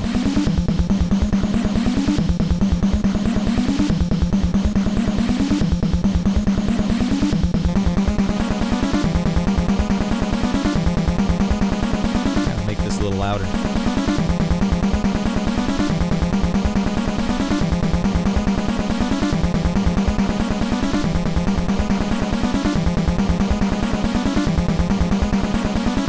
We'll add another one of these right at the end because at the start of the song we don't need a big old cymbal hit, but at the end, the big transition back to the beginning, we do want that. So, the hell.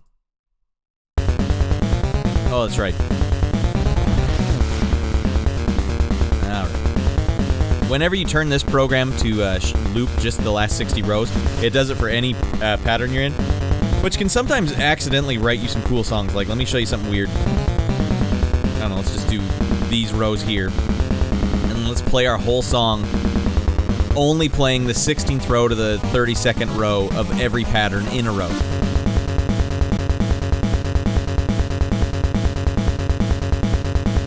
No, goddamn.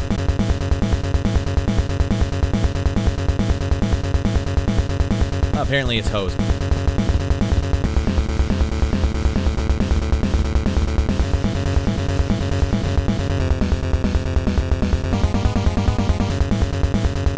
I don't know, sometimes you accidentally leave that on and it should play through all of them, but it's not. Alright, it's hosing around, but sometimes you can accidentally sneak some new ideas in your head. You're like, oh, that sounds like pretty good, actually. Kind of how loops work, but... Alright, let's get back to the real deal. I have the full cymbal hit here, and I want to add it right the hell here.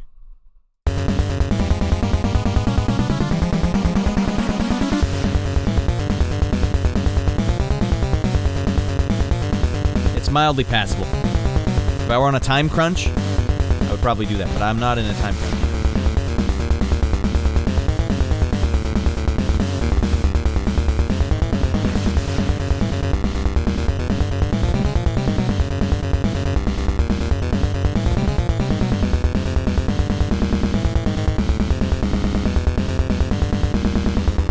Play it to what we got.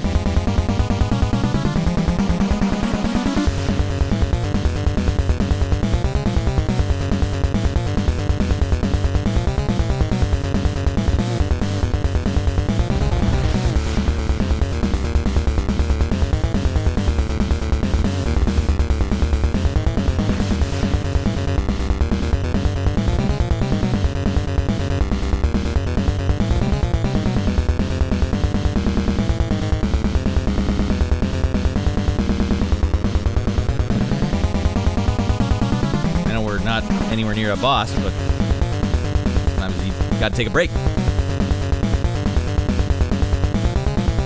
Actually, it might sound pretty good for the first level. If they start me on the train, goddamn. We're gonna play a little bit of the game, everybody. Might as well actually change my setup. Go back to Prison City, because I'm playing it, goddamn. Prison City. Done.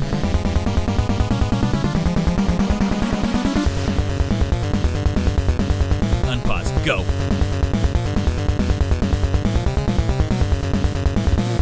Also, I might want to see my chat. We're taking it easy tonight, everyone. I get it. Where did I get these chakrams from? Just a big fan of Xena. Got them from the Xena convention.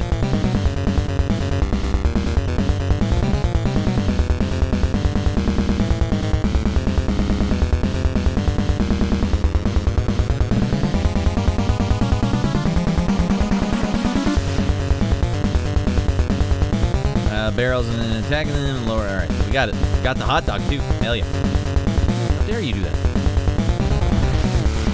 Diagonal dude. How it goes? Hey, just Mario, get the frick in here. Diagonal dude. I don't know what that means. How it goes? You're up late early? I usually get all my work done at nighttime, so I'm a night owl through and through.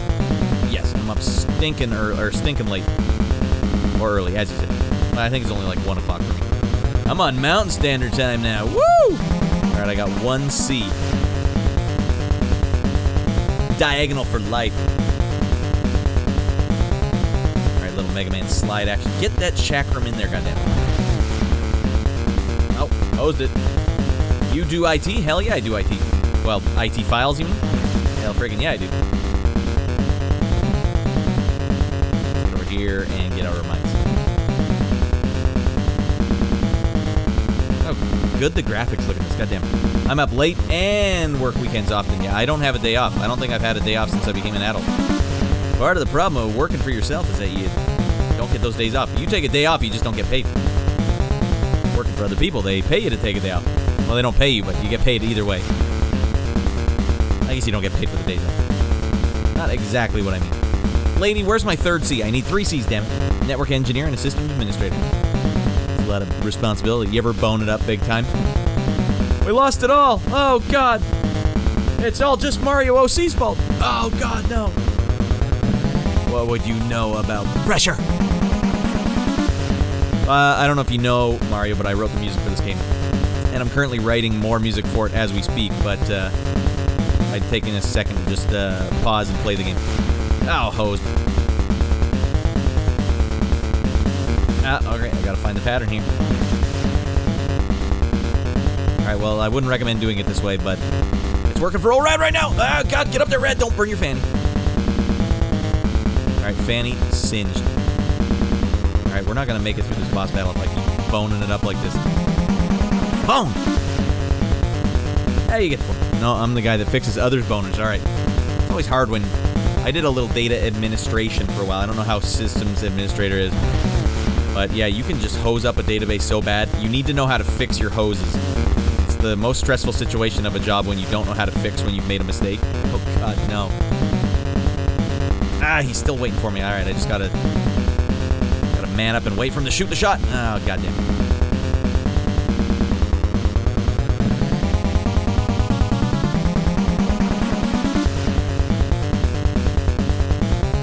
There you go. Did not know who was frickin' with. Ah! Now we got the rhythm. We got the rhythm of the night here. No one's gonna touch me. I'm untouchable. You know what? I'm even gonna use a bomb. What do I think? What do you think of that, buddy? Got it. Locked it up. Alright. Then, no, I think the IT you're talking about is, like, information technology. No, I write music in IT files. That's an impulse tracker file. Look at these goddamn graphics. This is Prison City. We're working on this one. I'm making the music for it. I'm trying to work on a final-ish boss theme. But,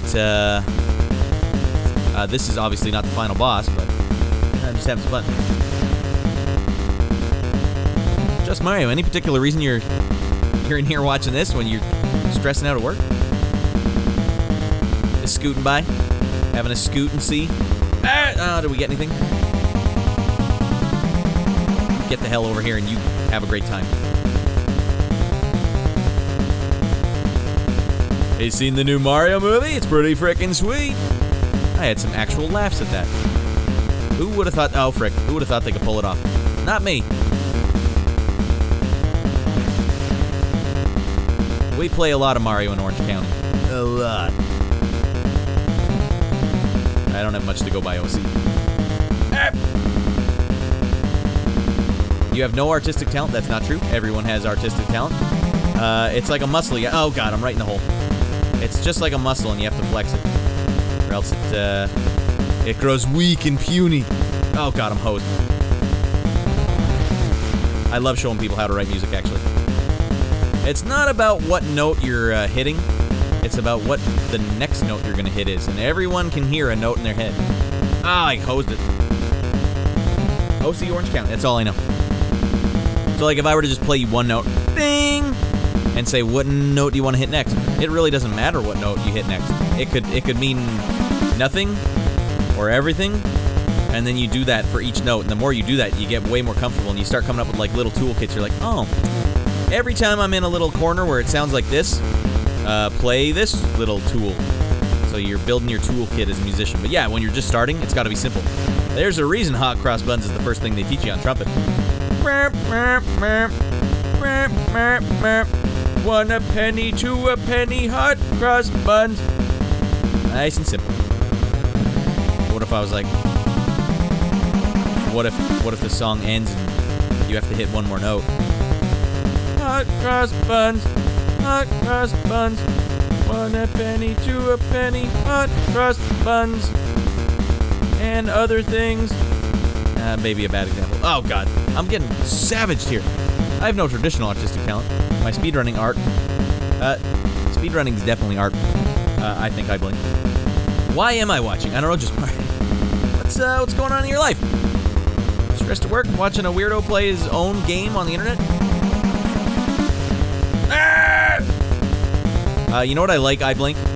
I noticed when I watched a couple of long plays a while ago, and I was like, you know what? I watched the guy playing Dead Space 2. It was a long play for Dead Space 2, and I was like, this guy is directing his own movie, and the game is his medium, because he was walking slow around corners, and he knew where all the scares were, so he made sure the camera was just right. Because long plays aren't like speedruns where you're trying to beat the game fast. Long plays more like you're trying to showcase almost the entire game or something. So yeah, watching him do that, I'm like, this is a new medium. And so now what I do when I play my games on my show, one of the reasons I play them before I do the main show is because I need to know what I can do funny. Like, I need to know what is going to be funny and what's going to look good, and showcase the right thing. So with a speedrun, you're not necessarily showcasing maneuvers. Well, you are actually. You're showcasing maneuvers, and it is an art form, especially since everyone's speedrun can potentially be a little different, and in your case, everyone's is going to be a lot different. All right, I'm putting on a clinic here. Oh, God, we missed whatever that thing was. And this would be the most hellish, stressful bike ride ever. I saw you playing another game. Don't remember. I thought it was fun.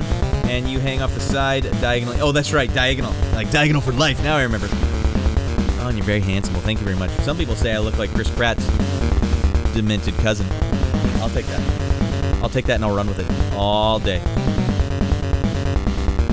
Star-Lord's half-deranged cousin. Don't forget about me, Star-Lord! Don't forget about knife-wielding Jar Jar Binks. Alright, I refer to long plays for some games I don't beat on the internet. Oh, there you go.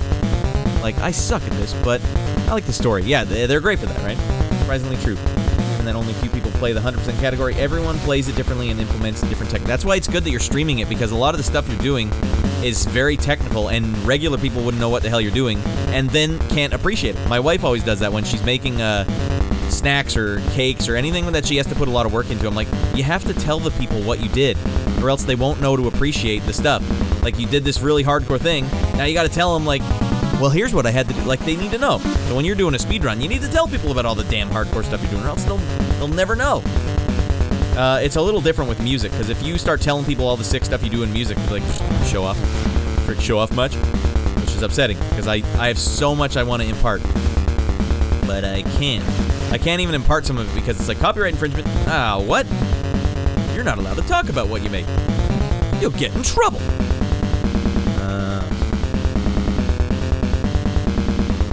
Not today! Oh, not these diagonal anime bullets. These rotating anime bullets. Oh, we missed it. I wanted to get up there. There's something sick over there. I know it.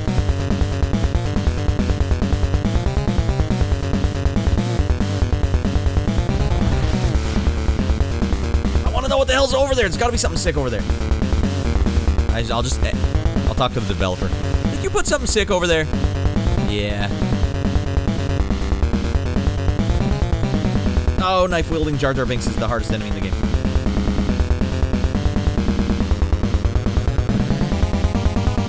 Alright, let's get back to writing this tune. We've taken a nice little break here. Oh, God. Can I shoot those? No. Man, made it really hard to find super big shot. I agree. Food is hard. It's often a lot of work. You cannot microwave it, air fry, or order it. If I can't do that, then it ain't happening. So, yes.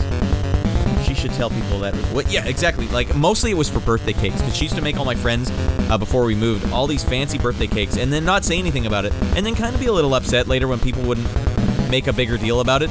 And believe me, they should have made a big deal about it. I was like, you got to tell them what you did, because otherwise they don't know it was hardcore as frick. I watched the whole thing. I know how hardcore it was.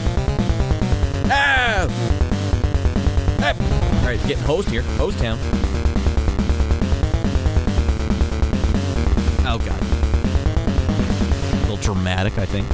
All right, well, hey, just Mario, in case you're wondering what the song is, I've been working on my own game. That's the game I made music for. It's called Prison City. I didn't create the game, but I'm making the music for it.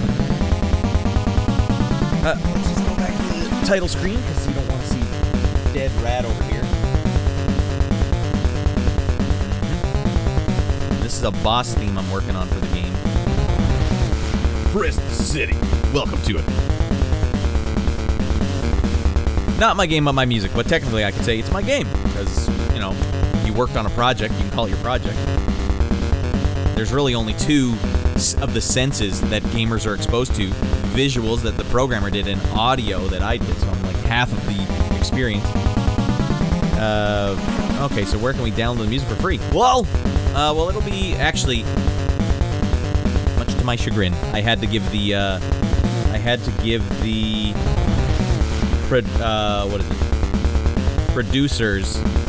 publisher. I had to give the publisher the rights to the song. All the songs, so they'll do what they want with it. Unfortunately, I try not to do that, usually. I try to keep the rights to my songs, but it was just a tough situation, and they wouldn't budge. Like, no, we're gonna need the rights to it, and on no uncertain terms.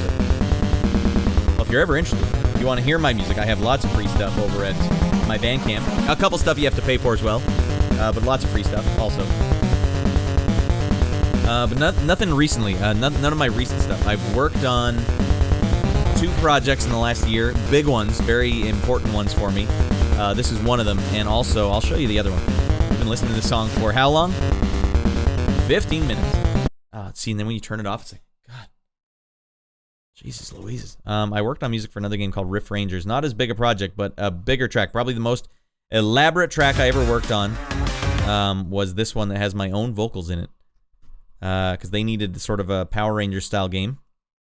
And so I didn't really give them a Power Ranger style theme, but I gave them, like, there was a Transformers movie in the 80s that had a metal band, a hair metal band called Lion, that they commissioned to, like, redo the Transformers theme, and it's awesome, by the way. So I just basically used that as my guide, and they went for it. They were on board. Games are a team effort. Sure, it's your game. All right, fair enough. We agree. You have to happen same most of the time with studio soundtracks, unless you're in a big name, had a friend. Yeah, well, that's the thing. Usually they pay for the rights, too, and I charge for the rights. So basically the rough breakdown is like, hey, if you want to license my tracks, and I'll even give you, like, an exclusive license where it's like, for a long time, or maybe ever, I won't license it for anything else, but I just want to have the rights to my track. That's licensed. The total buyout, though, is the one where they own the tracks. So it's like Kramer when he sold all his stories in Seinfeld. He sold all his stories to Jay Peterman. Jay Peterman fell in the mud, not you. He's like, but I fell in the mud. No, you sold your stories to Jay Peterman. They're his stories now. So if you sell the rights to your track, that's their tracks. They can do whatever they want with it. Usually they have to pay double. But this time they didn't have the budget for it, and I needed the scratch. So I got backed into a corner. Not that I let them know that, but I needed the scratch. So we had to make the deal. I put up every front I could, but it got down to the point that, like, I don't know. If you want this project, let us know, or else we have to move on. Like, I did have a lot of unfinished business with NES music, so we took the project. They own the tracks, but as a consolation, if the soundtrack, which will eventually get released in Retroware, that's the publisher, they're publishing games. The developer is Program Answer. If they're gonna make hard copies of the soundtrack and sell it in their store. Apparently, they have a store, and if it ever makes back the money that they paid me for the project, then eventually I'll get 30% of the sales on the soundtrack. Now, that means this soundtrack's going to have to sell about 5 times more than any soundtrack I've ever made before. I don't know how that's ever going to happen.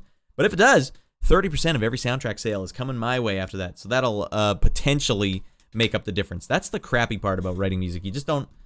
work is work. 8-bit is your fave, right? No, 8-bit is my least favorite work. But it is what I'm known for, so I get quite kind of a lot of 8-bit work. I would rather make anything else but 8-bit music because 8-bit music is super unforgiving. Look what I have to use. I have to use this program. I have thousands and thousands of dollars of audio software on my machine, and I'm sitting here using a free program and tiny little samples that I made myself that sound like this. Now, I'm used to it, but in order to make this sound good to regular people, you have to just finesse the bejesus out of it. Fortunately for me, I've been steeped in this stuff for so goddamn long. I know how to do it, and I know how much work it is, and it's a lot. And so you don't always get paid for the amount of work you're doing here with Chiptunes. I could write an orchestral track way quicker and have it sound so much better to, like, your grandma and your grandpa. They'd be like, oh, what a great track you got here. You play them this, they're like, I don't much care for this, and I don't want to hear it anymore. That's a pretty good quality fart sound. Yeah, I know, every one of mine sound like that. Perfect steady tone. Hey!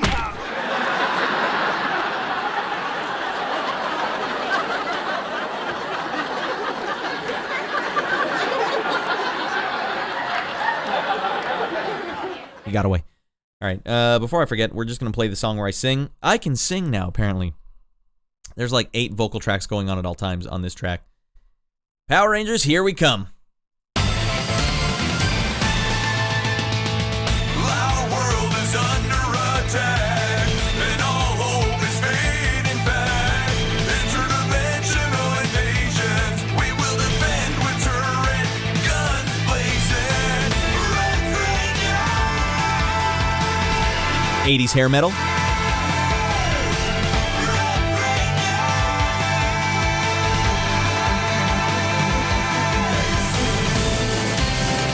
Yaden, you rady rascal! Get the hell in here with your rady rascal. I sang this track, Yaden.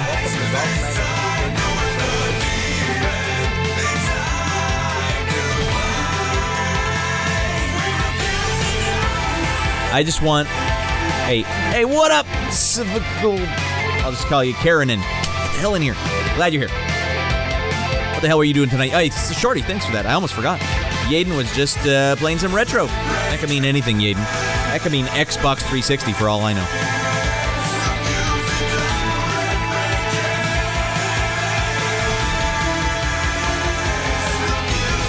There you go. Zelda Link to the Past. That's a quality time right there. Just OG on SNES. I dig it. That's a game you just got to play every couple years. Just to remember, wow, we were spoiled as hell.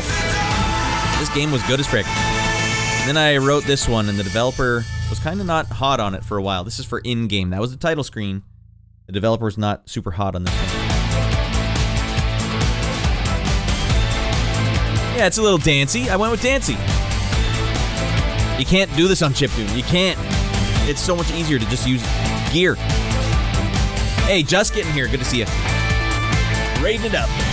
All right, every one of you rascals coming in here. And we'll also say Mario as well. One of these coming your way for every single one of you. Let's do it. All right. That's a barbarian handshake for all of you. How raw were those vocals, tuned and processed or no? Oh, they were raw. See, I might have an unprocessed version of it somewhere down here.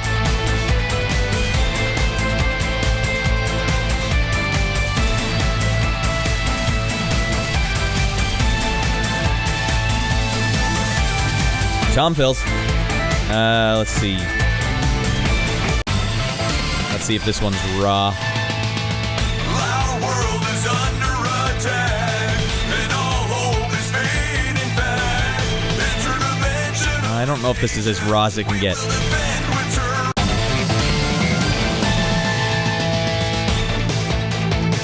This one doesn't even have vocals. Well, needless to say, they have been tuned, but you gotta tune it. Hey, D. Edna, get in here, buddy. Yeah, you gotta tune those vocals. But the thing is, I'm not far off. I'm not totally blowing it, but once you tune one of them, you gotta tune them all. Because if you have one that's on and one that's off, it's just gonna sound like a piece of poo. All right, you sounded a bit southern. I don't know. When you live near the border of the United States as a Canadian, you just get exposed to a bunch of American commercials, including, I was close to Seattle for a long time, Yaden. I know all about the jewelry exchange in Renton, all right? I know all about the goddamn, do the Puyallup. I never got to go to the Puyallup. I would have had to cross the border to do it. All right, everyone. What we're doing tonight, thanks for stopping in, all you radio rascals.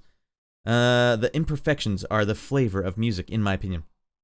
Yeah, okay, well, the thing is, though, I wasn't like, make them perfect. It's just, you could see, I'm not a quality enough vocalist where I'm like a lot of my stuff, I needed to fix the little bits that were like, and also, if you're doing all those backup vocals, you want them to be very close, especially when you end the words. You guys ever sing a song in your car? Like, I'll be singing Broken Wings by Mr. Mister.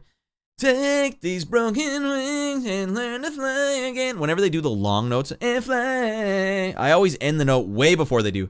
And then he's like, oh, okay, you have to go a little longer. RJ works fine, my friend. Judging by the music so far, I would say, I think you'd enjoy the Mega Man Battle Network theme. I definitely check it out. Love Mr. Mister. Mr. Mister, Welcome to the Real World, Desert Island album for me. It's the only tape I've had in my car for the last 20 years, I think. Not 20, maybe 15. But honestly, the only tape. Because I just don't care to listen to anything in the car. Going back in, buddy. Go again. But the tape deck has been on the fritz lately. All right. So, guys, I am a musician, and I play video games sometimes. I have a talk show host sometimes that some of you may have seen. Every Sunday, I get out of my mind over here at my talk show, but we're on a bit of a hiatus. I usually have a theme. Every night is a theme. It's a video game talk show. And the theme's usually 1 month of the past. We go like, all right, this is... When I started the show 3 years ago, it was January 1995. I read through a GamePro magazine on a PDF, and I went through and played the games as we were seeing them in the pages. And I was like, sick, this is a great theme. So then I went with that, did every month, one per week. And then we played all of 96, all of 97, 98, 99, 2000, 2001, and we're taking a little pause for the 2002 season because I need to edit the 2001 season into like a bunch of little chunks, YouTube videos, tight little Zoomer consumable stuff with like jump cuts and all this crap that I can shovel them out there on the internet and funnel everyone back for that 2002 season. But on Sundays now we go to the console Cold War and get out of our goddamn minds, where I am forced to play through games I never played back in the day and compare them with games I did play that were basically their contemporaries. So I've been playing some Splinter Cell lately. In the bunker that time is forgot. All right, but as of right now, tonight, I'm writing music for a video game, and the video game is Prison City. There we go. It's an NES-style game. I'm writing NES-styled music for it, but ready to give me a date for the new season premiere? Not yet. I'm probably going to edit about 50 videos, so it's going to be maybe 2 or 3 weeks of me just solid editing every night, because I want there to be so many videos that I can hammer one a day. Every weekday, boom, boom, boom. That's what all the popular channels do. You have to do that every day, and you have to stockpile all these videos just so no one forgets you, because it's so hard out there being a content creator. You have to stay in front of people all the time, or else you're just gone. You're disappeared. And some crappier channel is going to get up there just because they're going every day. Hard as frick. So I'm going to take those 3 weeks, edit the hell out of everything, and then we're going to get out of our minds. All right, I disagree. You have decent control and pretty good projection, it seems. Well, I can, ultimately, I appreciate that. It's mostly, I'm not good at anything live. And so when I'm singing my backup vocals, sometimes I'm like, I don't know what note I actually wanted to hit until I've just started singing it. So there's usually a lot of little bits that are like not quite there, and there's overdubs and overdubs and overdubs. I might have done 180 takes for that single song, including supreme falsetto as well. There was a couple of ones in there where I was getting like Mariah Carey high pitched notes, all falsetto though. All right, ready to give me the date. So we don't know yet. Old Two Eyes. That's why I've kind of just been doing a bit of everything, because I got to keep in front of you guys, or else you forget the show. And you guys have earned it, because the last year I was gone for those 6 months while I had to like learn to make money again. If you ditch Twitch, I'll follow you wherever. Old Two Eyes, you son of a rascal. Well, I don't have to ditch Twitch. I'm going to both YouTube at the same time. If you guys don't know, I'm on a YouTube streaming right now. See what Twitch wants to. If Twitch wants to pull the plug on me, then I'll go over to YouTube, because I think YouTube is the only place I can get discovered. But the problem is I'm not doing enough to get discovered. I'm not doing anything, actually, frankly, right now. I'm just doing long streams that only the people that already know about my show watch. So it's very slow growth. But once you start putting your stuff in front of YouTube and like YouTube Shorts, wearing Tino jean shorts, then you can start getting people to funnel in. Well, I'll experiment anyways. That's really the last thing I can try. If that doesn't work, then I just don't think the show's going to grow. And then it's just fun for me to dink around. But I think the show should grow and will grow, and we'll see. All right, what year did you start streaming? Right at the beginning of the pandemic, basically. I did stream some stuff before. I did Merry Synthmas. That was the first thing I ever streamed, where I just played synthesizers on Christmas Eve until midnight. That was the first thing I ever did. And then, Yaden, oh, boom, subbed. Hey, Yaden, thanks for that, buddy. I'm doing the same thing. Oh, you are? Okay. Let me know how it goes. If you find any nuggets of stuff that help, hell yeah. Everyone, go over to Yaden's channel. Follow him up. We did the SO, but I'm double SOing. If anyone here is not following Yaden, just know it hurts my feelings, all right? And I don't want my feelings to get hurt any more than they already have been, okay? Twitch is hard. Twitch takes half of the sub. If you sub to someone on Twitch, they take half. What the hell? I'm just going to take this. Jeff Bezos, you don't need that. Yes, I do. That's a bit of a pain in the bum. All right. Prison City. One last thing. What year did I start streaming? So it was like 2019 is probably when I started streaming. When I started doing the Radland show, I think it was 2020. So we've been doing it for 3 years now with a 6-month hiatus. But you notice how even when I was on that hiatus, I was doing the reruns and then being in my own chat. It's like I just didn't have the heart to go back in. I didn't know what to do. And I wanted to get everything set up for the 2001 season. I had to mod an Xbox and a PS2 just so I could do the season. Now we're set up. We're ready to rock. Now they're trying to cut out all sponsorships. They can't get a cut of. Well, if I get sponsored, that'd be sweet. I don't know who would sponsor this show. That's why I need more eyes on it. Someone would probably sponsor the show. We all know that the show has a quality look to it, but it's just so under the radar. No one will ever see it. And no one's going to click on a 6-hour video on YouTube in the archive. Like, why would I ever do that? That's why I do those messages at the start of every video. I don't know if you guys click on my videos, but there's a bespoke message. This is what I do. As soon as I hit go live, here, I'll put some music on in the background so you guys aren't sitting there in dead silence. As soon as I hit go live, I play the NBA Jam theme, and then I directly address the people watching the archive. It's just special mention for them before I do any social media stuff, so that everyone may be just scuttling in, being like, what is this? It's a message to them right away, like, hey, don't click off! Here's what we're going to do. It's just for you. It's hard, though. It's stressful. Yeah, it's fricked. Amazon took 70% of ebooks back in the day until it got a ton of negative press, and then they got smartened up. All right. Devs of the games you work for. That's true. I don't think a lot of the games I work for, they don't have the budget. The budget isn't there for those game devs. Nintendo wants streamers who are partnered at the least. Yeah, and that's the other thing. You have 1,000 followers on Twitch. Like, I have 2,000 subs on YouTube, but the problem is they're scattered. My whole thing is like I was a chiptune guy, I was a dodgeball guy, I was an audio software review guy, and I guess you could also say my regular music, like the stuff you heard with me singing. So like Radland Studios. That's like 4 pillars that are, hey, Flipshot, you're up late, buddy. Don't get fired, buddy. That's like 4 different communities that I've had to try and bring together under one roof. So, a lot of the audio software people are old. They're like 40 plus years old, at least. And a lot of the chiptune people are younger. And a lot of the... you guys, I don't know, people watching on Twitch. Twitch is the 5th one, the secret 5th one. I started a whole new community on Twitch that has nothing to do with the audio stuff. And now I'm just trying to bring them together. It's working to some degree. If you guys ever want to go under one roof, the Discord, that's where I'm bringing everyone together under one roof. Now, if you're a streamer, use the self-promotion thing. Right? I don't know why people don't use the self-promotion thing more. Then I'll know you're a streamer, and I'll follow your channel. And I may see you doing it. Yaden, you get in that self-promotion thing, and you start telling me when you're going live, right? Us old dudes. Yeah, where do we fit in, Yaden? Well, there is a big market for retro games, but the problem is the retro games always has a good 3,000 viewers, but it's scattered. Everyone's all scattered. And there's always like a couple guys at the top. It's always just Andy Gaming Network playing Street Fighter with the 200 viewers. Like, Jesus Louise. YouTube, yeah, I know, Flipshot. Once I finish this project I'm working on right now, Prison City, I'm not accepting any work until I edit and have chopped up all of the 2001 season to ramp into the 2002 season, or just my show in general. I had Pac-Man as a child, just Mario. Barbie and Handshake. I had to play it on Atari. The Atari port was a piece of poo. Jesus Louises.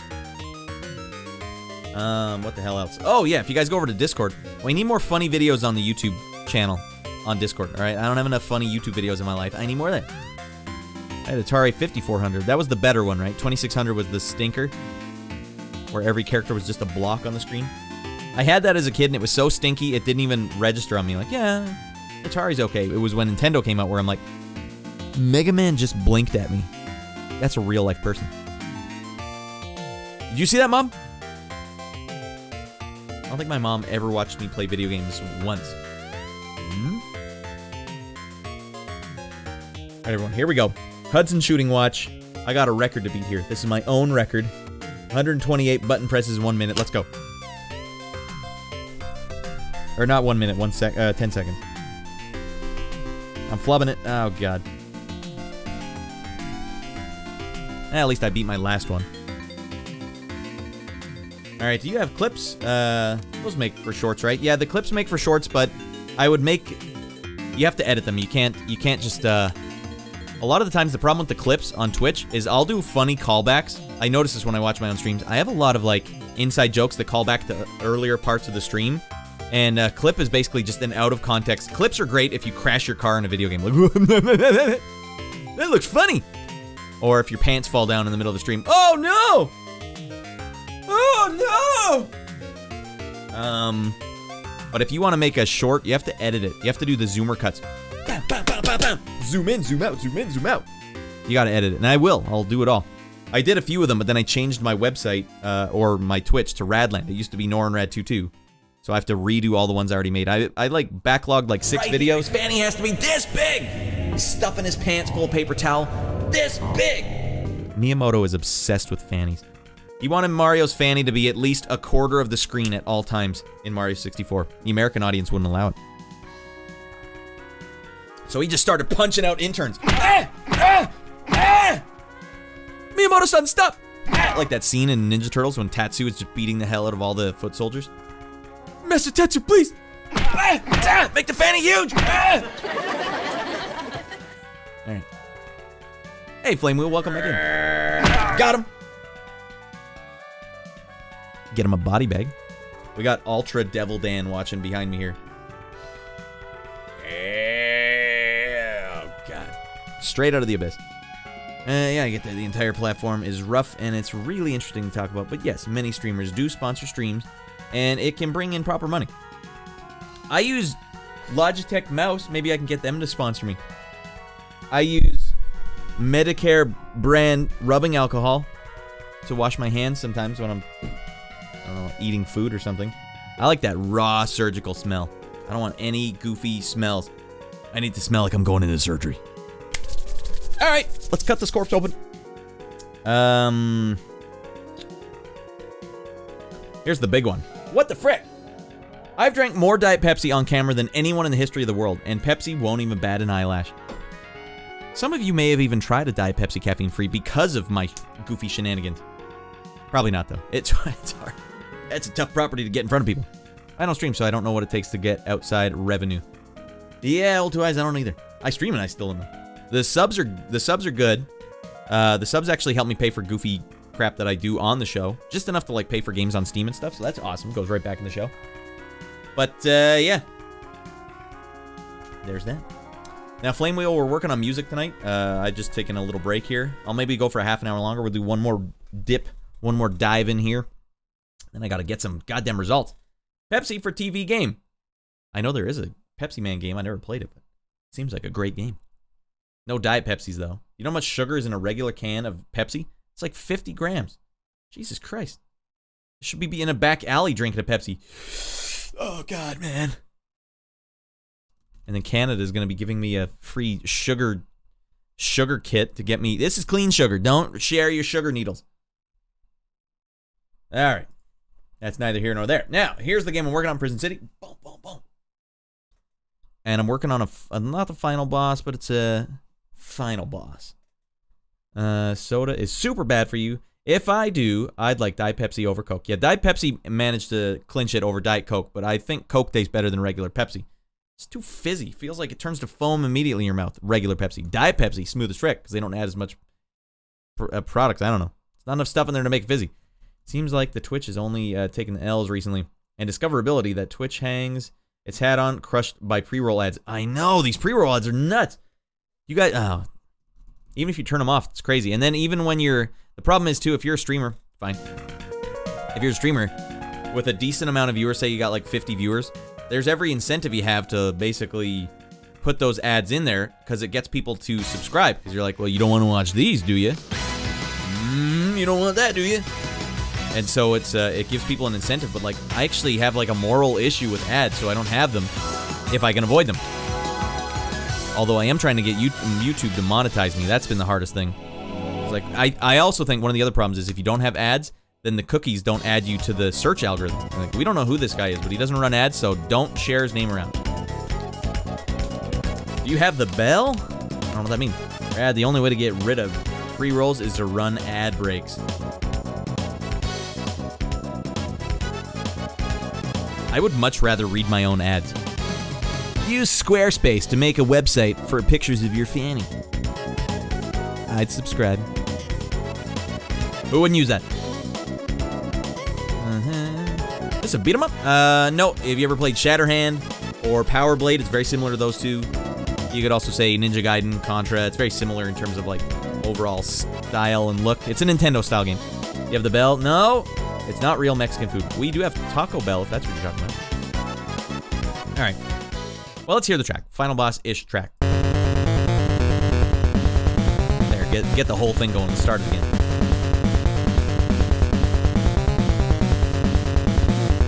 I run a 3-minute ad manually. The instant I go live, that keeps pre-rolls away for an hour. Can you run a 3-minute ad right at the end of your stream, Shorty? Maybe I would do that. Like ad reads is what Twitch is going after because they don't get a cut. Are they cutting down on it? Wow.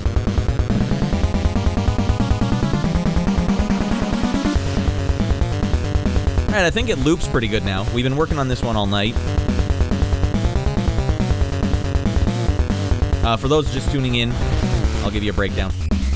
This is an NES track, so the bass, which you're hearing right now, can only ever be on or off. That's a Nintendo exclusive technical problem. On or off only, so no volume is what I mean. It's on or it's off.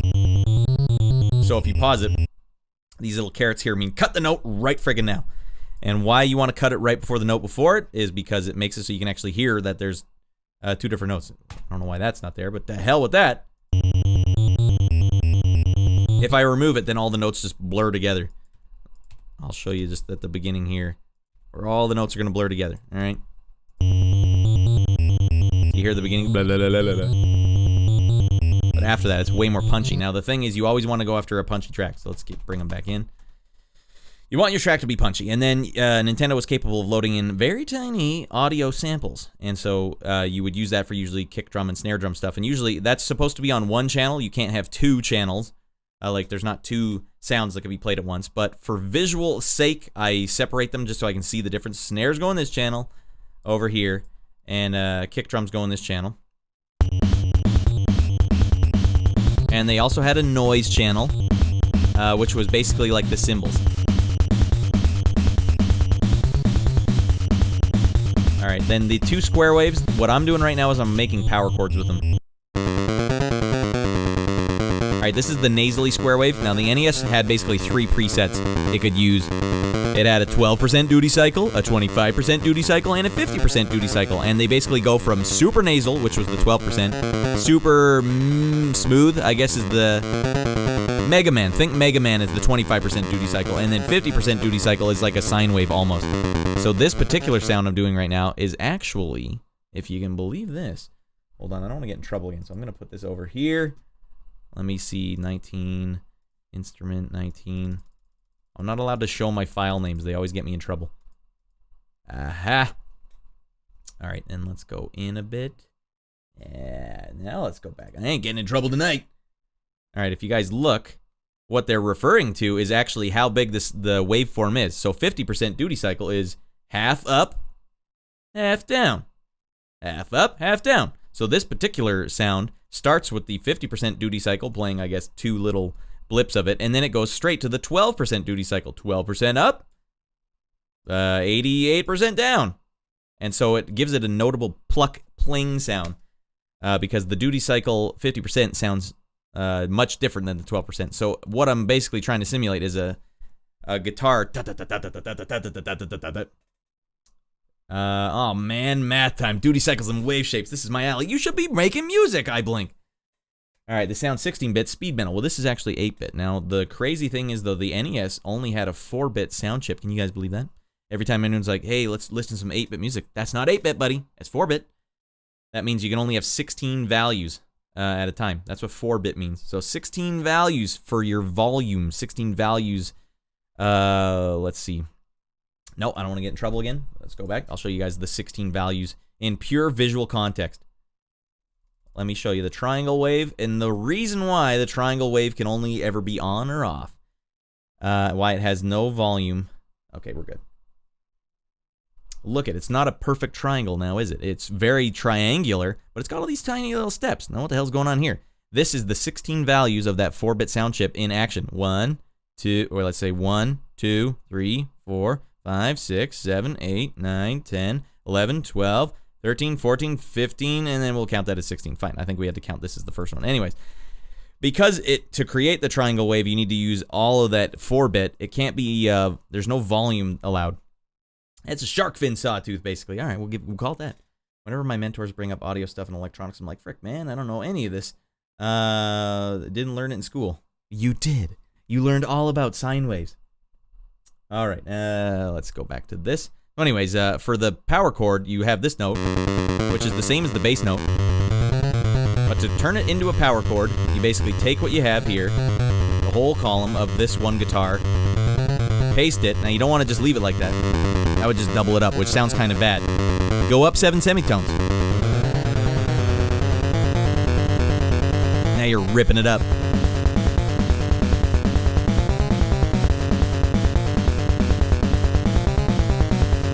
Now, if I want to add a lead or something, I'll probably start cutting out of this column, the 7 semitone up column.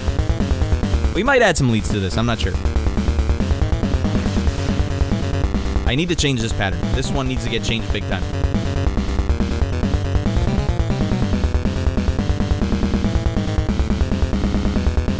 I also need to add cymbals here.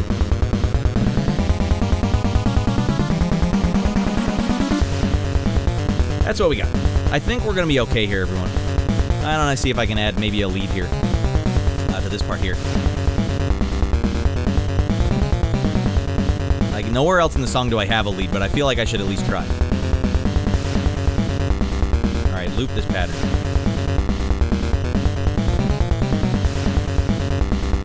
Let's copy this over here to the muted column. Nothing in this column makes any noise. I just use it for a visual aid. You can have as many columns as you want. What sounds cleaner, pulse, shaping music, or FM methodologies? Pulse shaping. So pulse like square waves?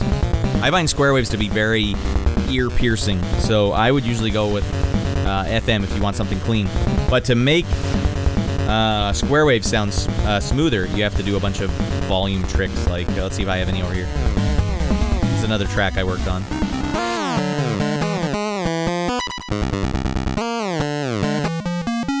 This is a good example. You have to add little echoes. This note echoes down here at a lower volume. This note echoes down here at a lower volume. If you just play a raw square wave, it is going to hurt your ears. Like, you listen to that long enough, it starts boring a hole into your brain. Even though that's just a smooth 50% duty cycle, it's just very abrasive. So you have to basically treat it like a big square of clay, and you're just chipping pieces out till it's a sick looking statue. Song sounds awesome. Looking forward to the game you're making. Hell yeah. Prison City. It's on Steam now for wishlisting if you don't want to forget the name. You don't have to buy it, but wishlist will make it so you don't forget the game name. I say pulse shaping and or pulse wave modulation, right? Pulse wave modulation can sound smooth, like the SID chip and stuff. So pulse wave modulation is where you take all the duty cycles and nice and smoothly go between them, and it'll sound like kind of like any Commodore 64 game you might have heard. That sounds pretty smooth, but still, I think FM is going to take the cake. Maybe I'm just an FM head. You give me FM options, I'm going FM all the way. All right, see if we can write a lead here. In my experience, if you write a power chord the way I did it, muting this one doesn't really hurt the effect of the power chord.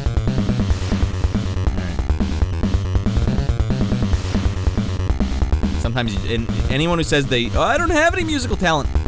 Music is more like problem solving. Are you a problem solver? Because then you have musical talent.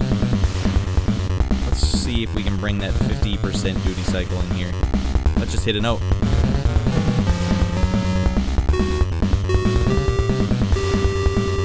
I do like having it very dissonant.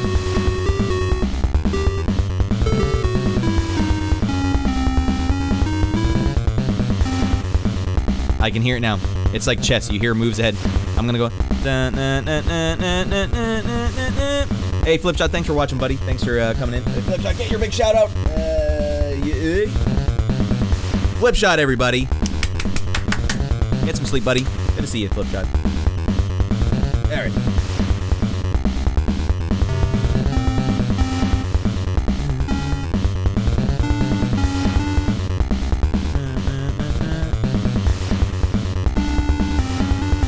No, it's got to be on thirds.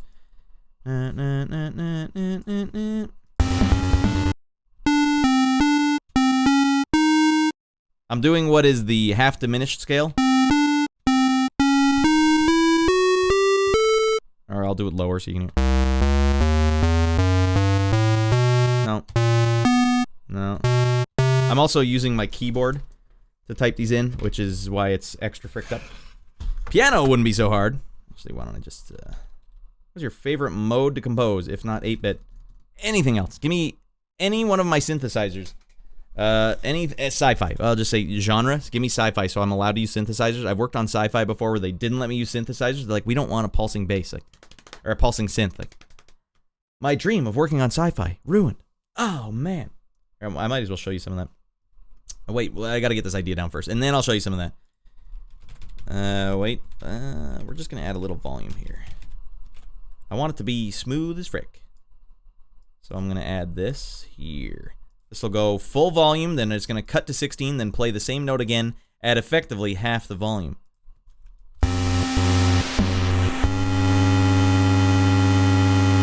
This could be too dissonant. Stay tuned to find out.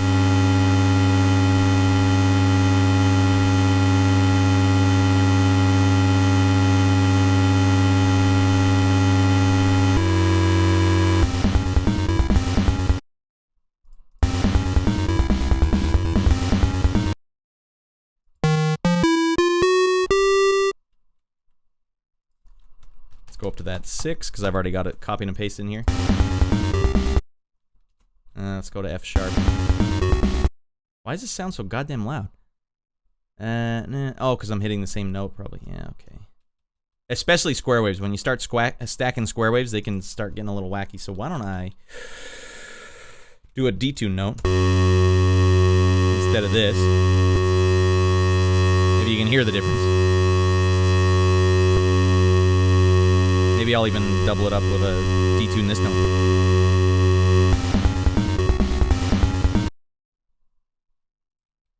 Alright, this note I gotta change.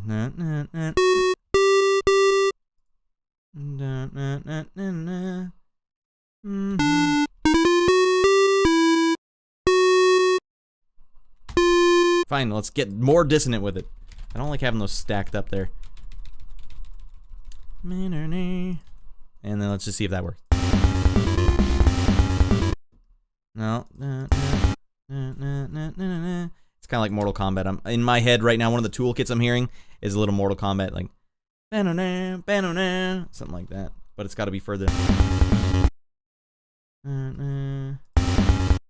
So going up doesn't seem to be helping me. Like That's not seeming to work. So what if I go down? We're basically just trying to, until you can hear the riff complete itself, then you got to kind of keep messing with it. That's why it's kind of hard to write chiptunes, I think. I always kind of wanted to learn music in some ways. It's the only thing, sound related. I'm not quite in the league, and I want to be in. All right, well, what the hell? Do you see what I'm doing here though? Like I don't hear it in my head. So wait, that's obviously not what I want. Like, what would you do? Like, if you're writing this part here. What note do you hear next? I hear this note. And so I keep wanting to enter it. And then. I want to hear if that sounds good. I got to add one in between it. and it just keeps not sounding right to me. So let's hear it again.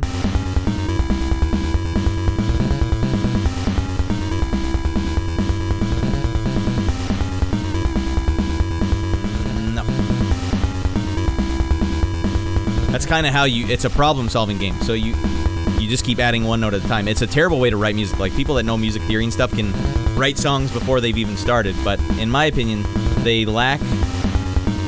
they're good at... I don't know, it seems like they lack the ability to, like, discoverability. Like, in my head, I'm constantly hearing branches that branch out, and especially in this format, you can see I'm looping this section over and over again. Do you know how many branches I end up popping into my head? And sometimes you just gotta... If you go like this, sometimes you mute certain notes, and your brain will fill it in with a different note, and you're like, oh, that could sound sick. Sometimes I tell people, just eat a bunch of potato chips while you're writing music. Sometimes the crunching blanks out notes.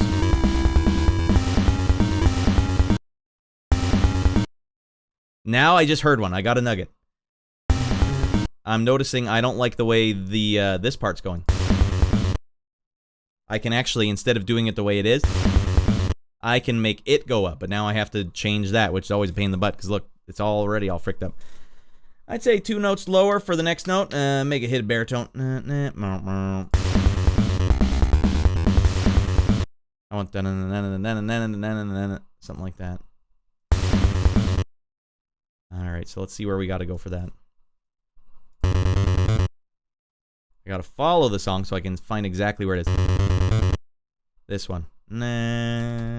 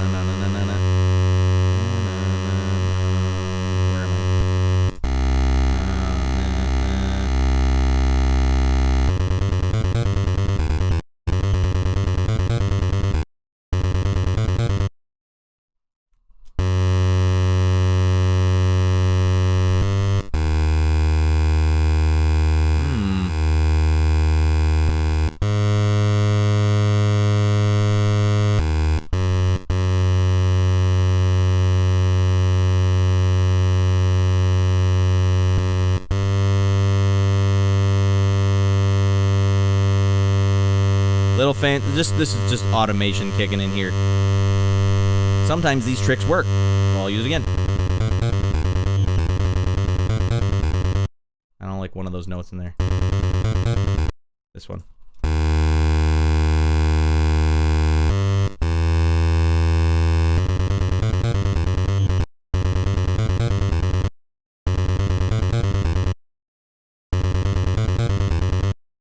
No, we're gonna do 2 of these.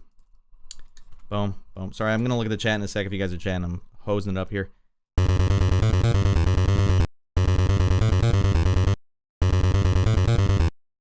still don't like this. We'll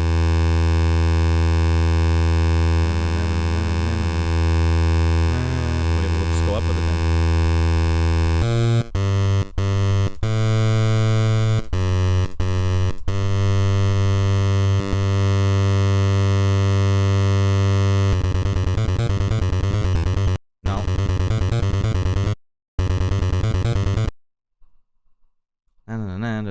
I could actually just hold this note, because it doesn't sound good when it's in there fast, but if I hold it... Dan, what the hell do you do this song? I can't get him. Old Two Eyes, he got away. Goddamn him. Let's try that.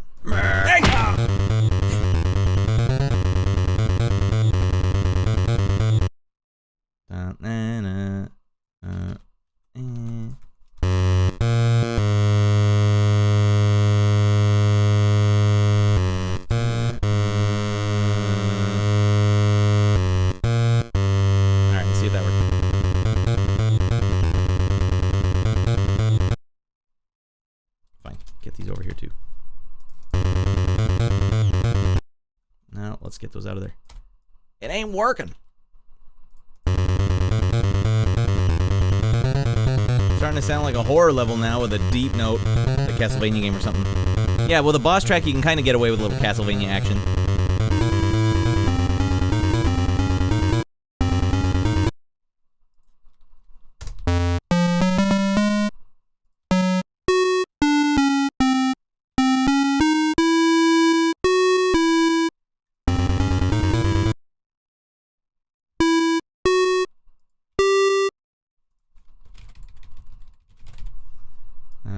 Let's do this and that, and then we gotta do this.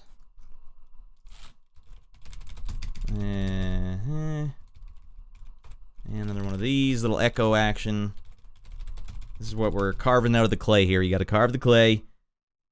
Alright, then let's see if that sounds anything like what I have in my head.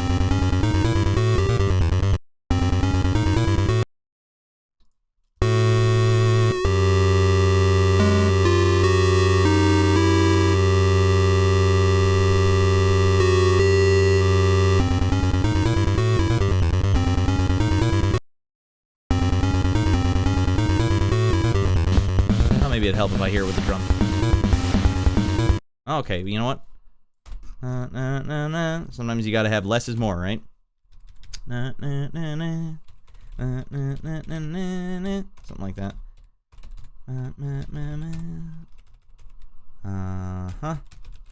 Let's do a perfect.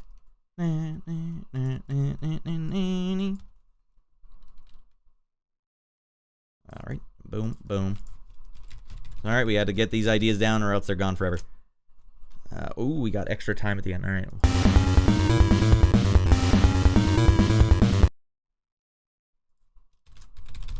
When in doubt, just toss a bunch of those in and see if it sounds like.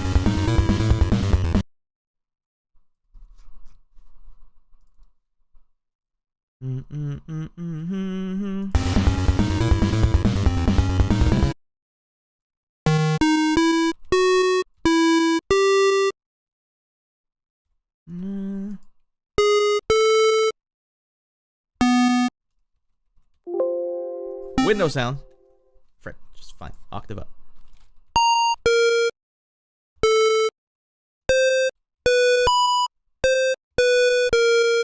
Is that the note I'm trying to hit? Maybe. I feel like David Lynch.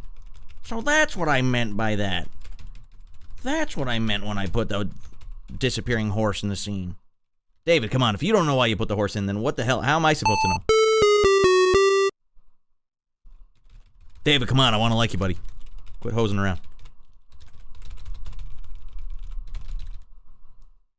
I don't know what that 16's doing there. Oh, right, because it's echo note. All right, let's see if that works. Now we have to go back and change the next part, these two here, to match what I just wrote.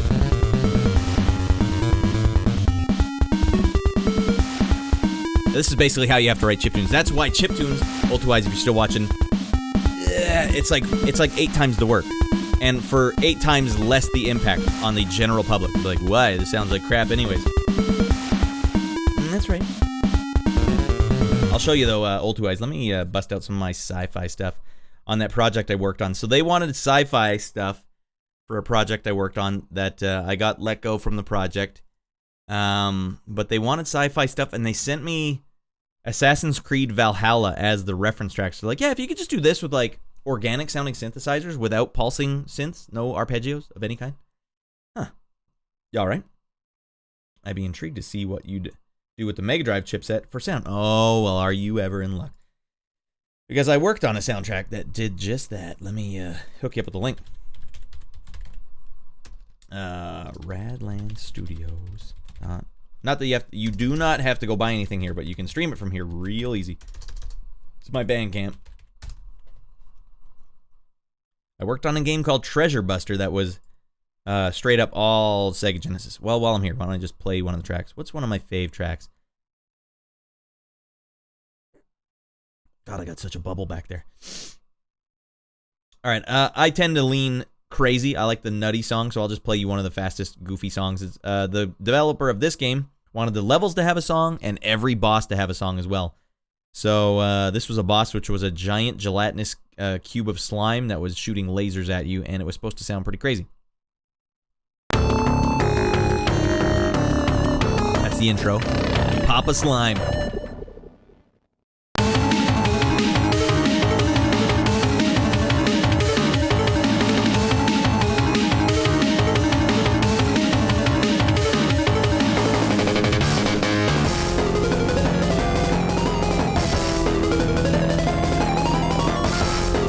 Filthy.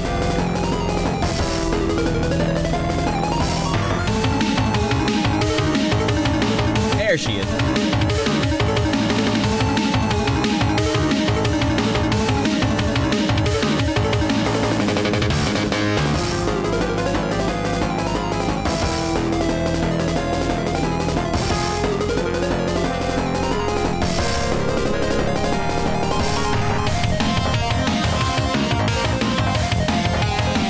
Not even the fastest song on the album either.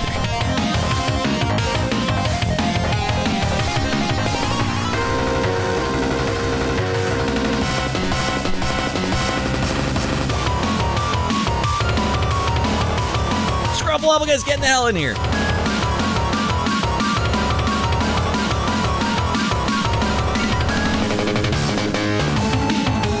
Alright, I'll play you guys. Why don't I just play you the goddamn fastest song on the album?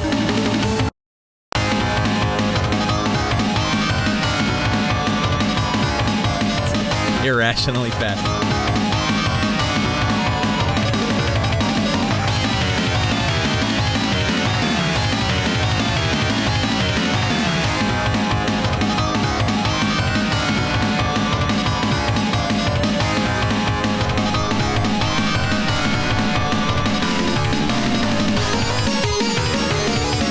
Hey, Grom, getting here, buddy. We're listening to some freaking Treasure Buster, getting out of our minds.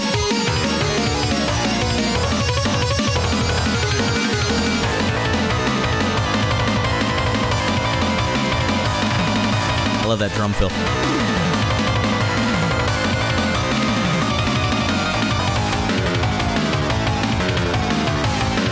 These are all boss battles, by the way. The game had like 8 boss battles in it.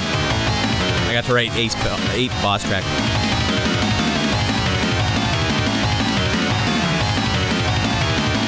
Frick, we are getting out of our minds in here.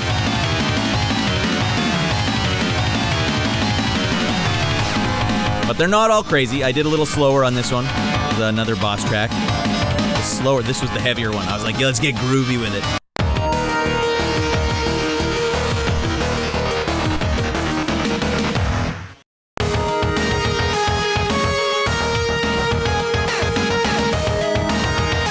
So I found out what you can do with synthesizers. You can get the velocity, so how hard I hit the key can send information to the FM for how tinny it should sound, how much feedback there should be. That's what I was doing for all the leads here. Which was awesome.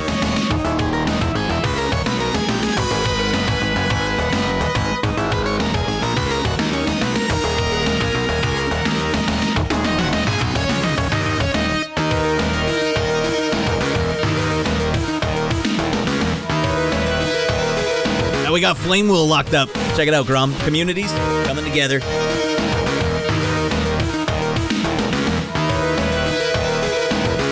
is this emote? Martin. Get out of your minds!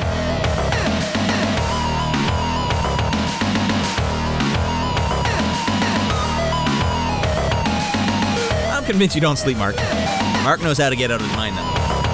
He might not sleep, but he does get out of his mind.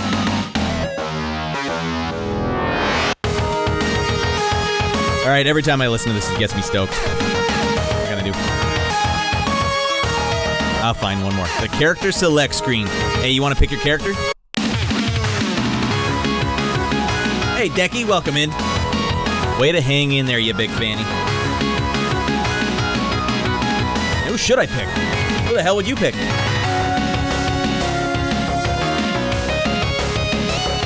Mark knows what the frick's up. Sleep is for losers.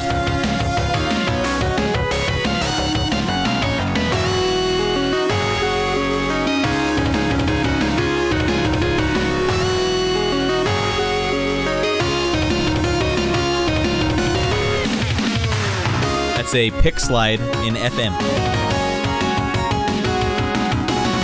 Oh, the fannies are in here. Yeah, there's a lot of fannies. Stinks in here. Front door, back, you take your pick. Still stinks.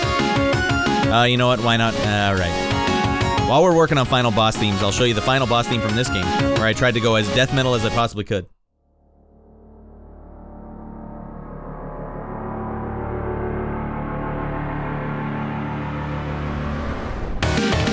Oh, God.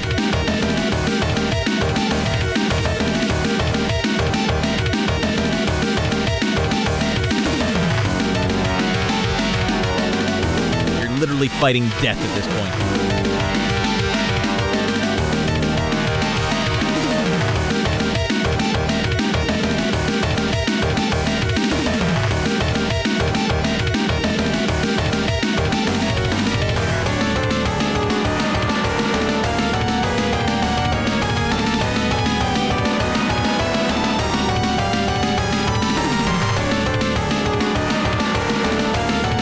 And I found writing this stuff so much easier than the NES stuff. So much easier.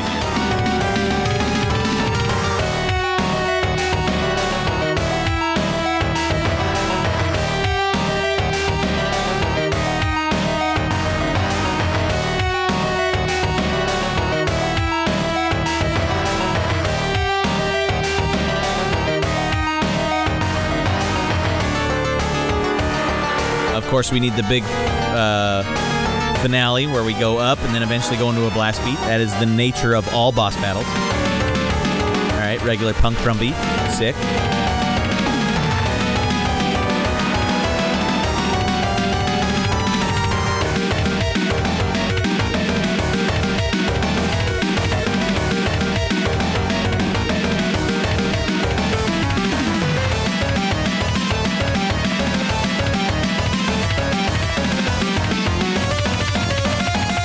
Oh, there's the blast beat.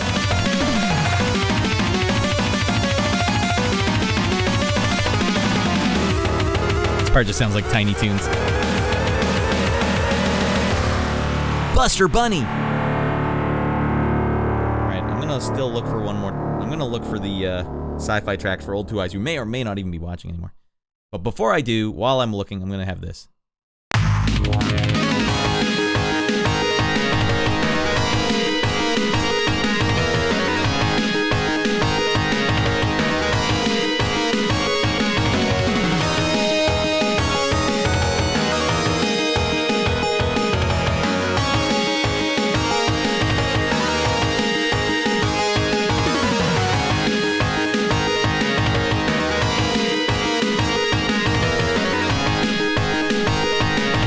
Love Tiny Toons. I even remember playing as a wee lad. The Konami game. I'm sure it had some sick music.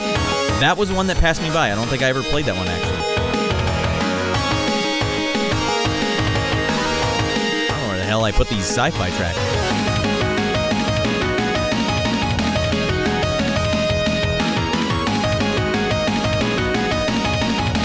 Project M. This one, sci-fi reel. We're getting closer.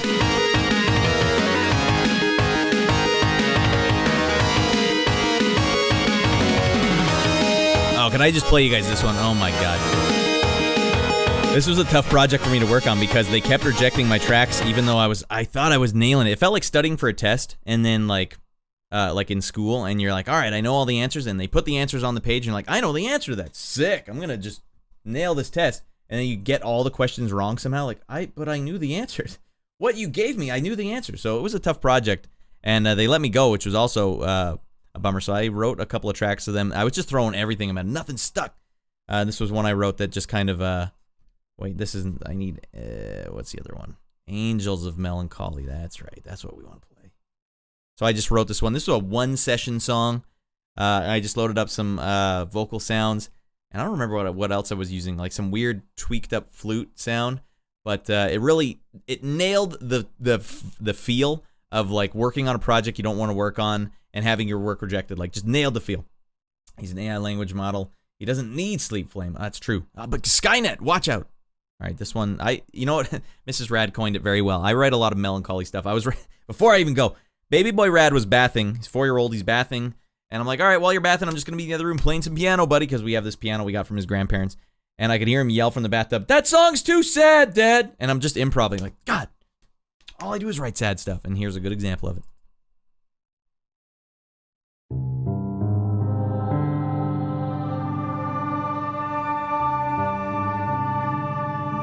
It's too sad, Dad. Sorry, son.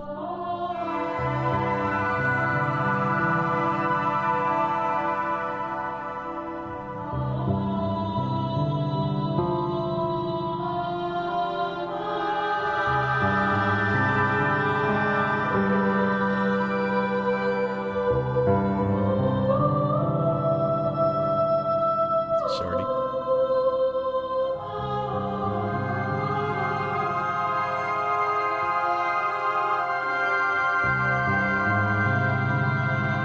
This part here.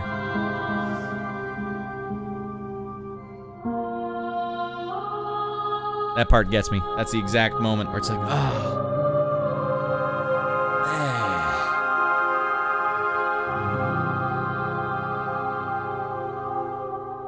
Rejected! Get that track the frick out of here. That's not going in our game, buddy. Oh, man. Dad, you're writing songs that are too sad. Son, I literally can't not write a sad song. You know what I had to actually do is I had to download a program that would change the notes I'm hitting on the keyboard to other notes and other scales.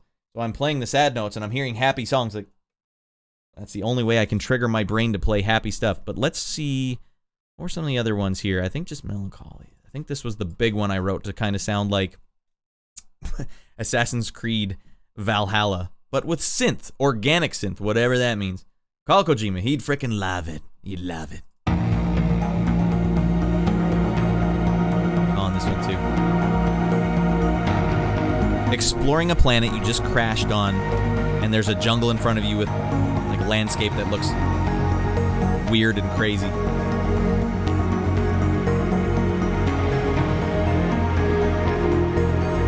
One day you'll be up there, Rad. You'll see. I appreciate that, Decky.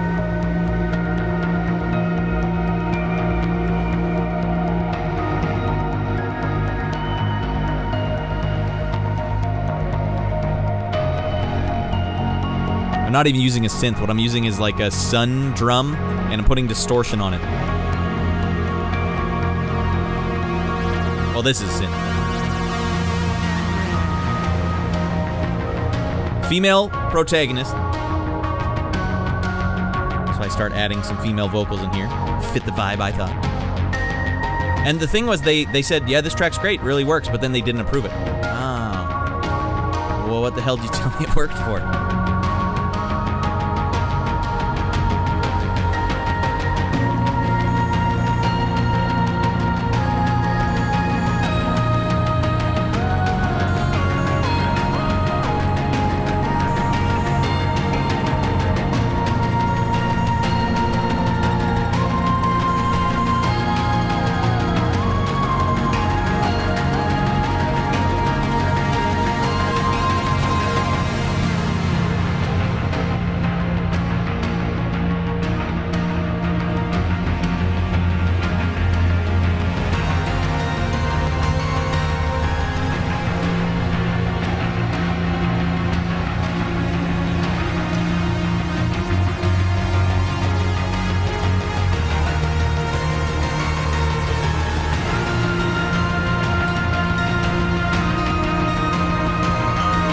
You get out of here while this angelic singer is going. Don't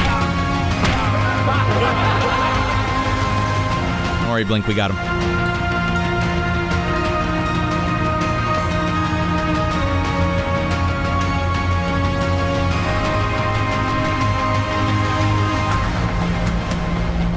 It's a 4-minute long song I wrote.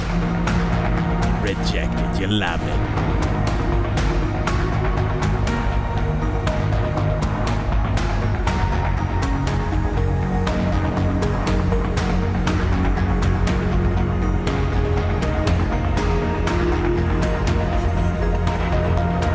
Look at that massive fanny up there!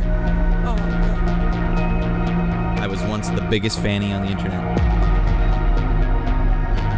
We had it all and we blew it. It was Final Fantasy VII that killed me, everyone. Hello, hey, Domo scooting in here. We're just listening to some rad original jams. This was a rejected track I wrote for a game, and then they kicked me off the project.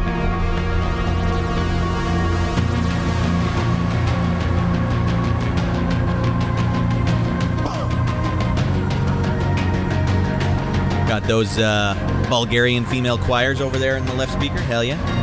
Mass Effect much? It's funny, they hated any synth I would add. It's a sci-fi game, but don't you add any synth, buddy. I don't know what that means then. Well, organic synth will allow. I don't know what that means.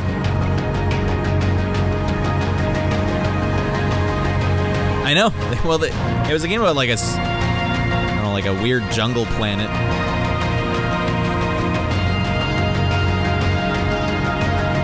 They're like PB&J. I get it, shorty.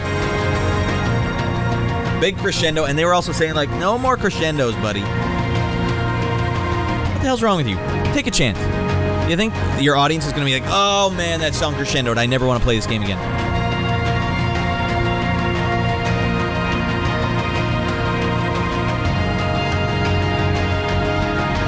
But, says Grom, crescendos are epic. Then that would have looped itself. But here's the other one I want to show you. This was another flatly rejected track from the same game.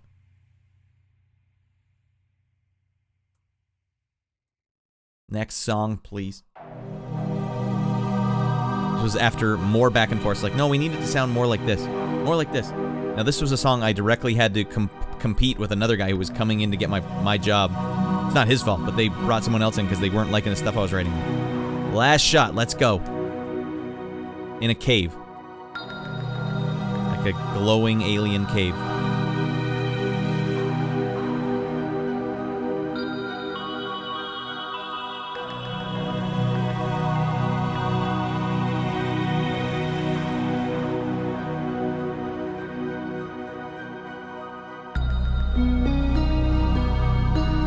A little theme in there. It's not memorable enough.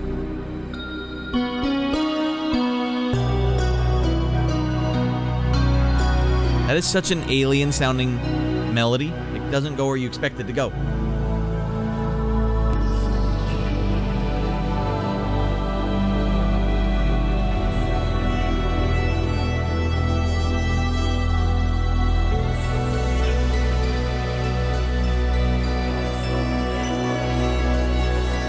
They also didn't really want percussion in any of the tracks. Alright, you get a little bit of percussion, a little live guitar.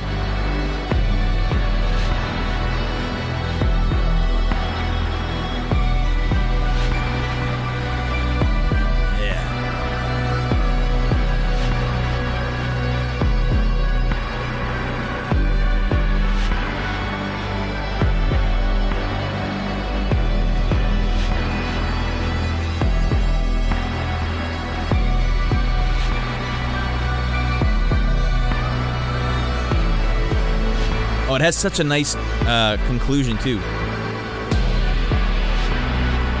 Yeah, in my case, I know what you guys are talking about, just saying very Stranger Things.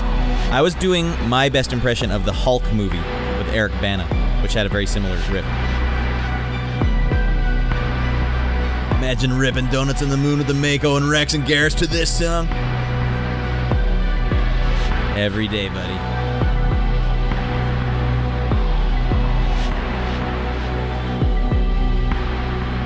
We come back around for one more go. I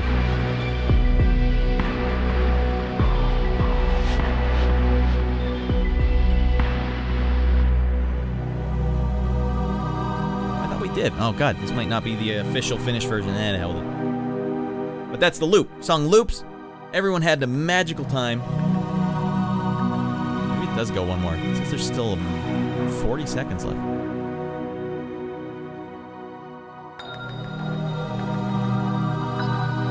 If we have time to wrap this up.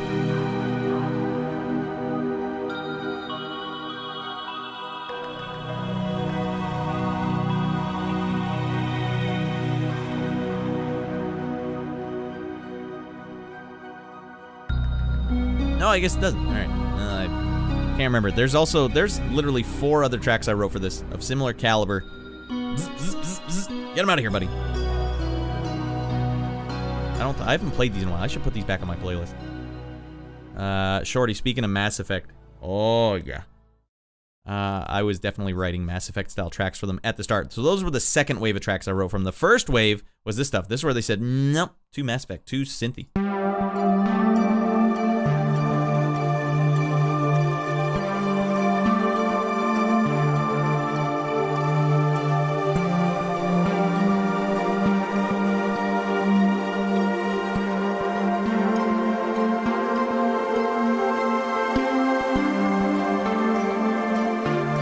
haven't listened to these in years. These ones bring back the dark memories.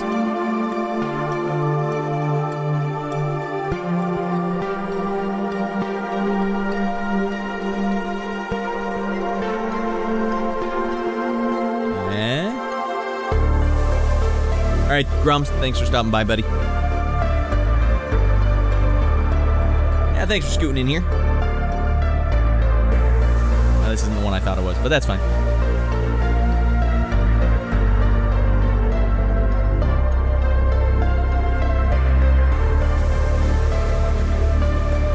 Oh, you hear that pulsing synth bass? Get that the hell out of here, buddy. What do you think this is, a sci-fi game? Oh,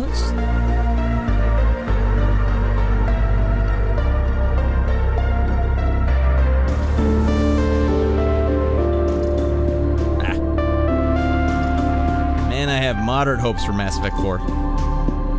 Yeah, like they don't seem to be going for that whole Andromeda angle anymore, right? That's all I really need. The fact that they went to Andromeda was like, the mass relays all exploded, and you're taking us over to Andromeda Galaxy? Are you out of your freaking mind? Can you just not have a crescendo for once? You just want me to live in one part without it sounding repetitive. That's kind of crazy.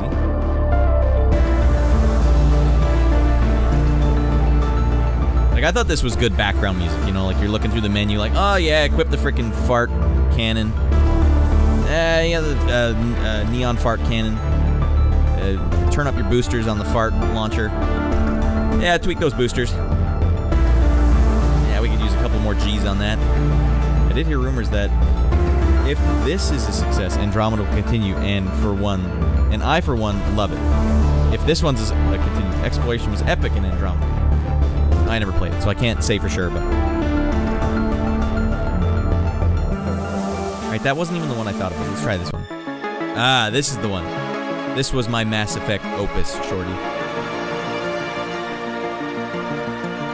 I actually wrote 2 stems. One was the exploration one, and one is the action stem. And I fade in between them as the song goes.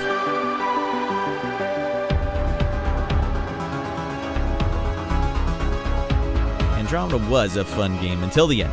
The game falls apart for the last 5 minutes. Oh, because Zoomers wrote it. Zoomers love ending things really awfully.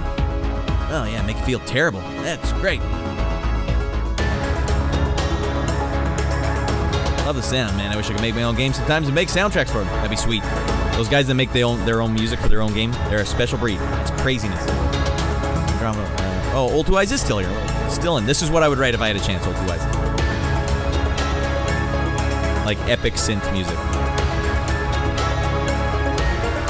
Chromatic median key change. They didn't like it. Worked for Star Wars.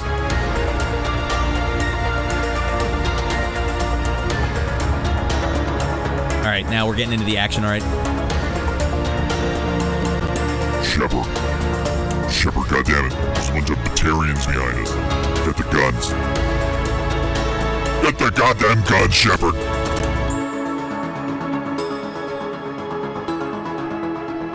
You ready?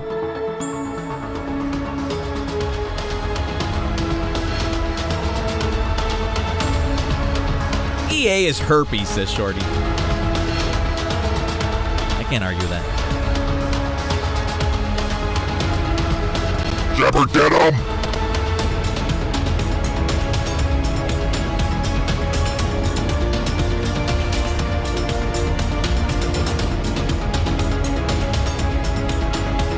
Alright, this part not too actiony, but wait, it gets there. These 2 stems lay over top of each other, by the way.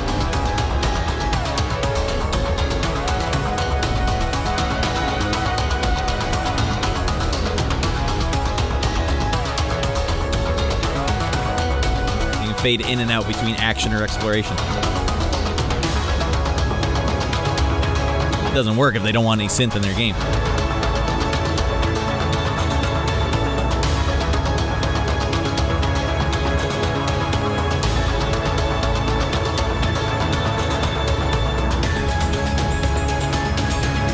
Remember, they kept saying organic. Make it organic sounding. right, so here's a bunch of Balinese gamelan.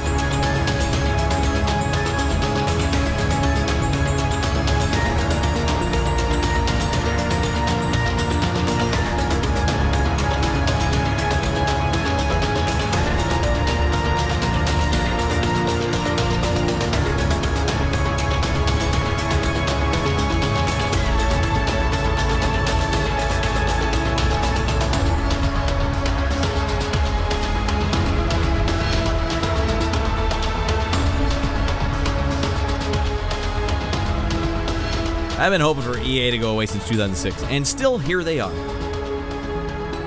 Yeah, how long? When did they buy up BioWare? They hosed that one up pretty early on.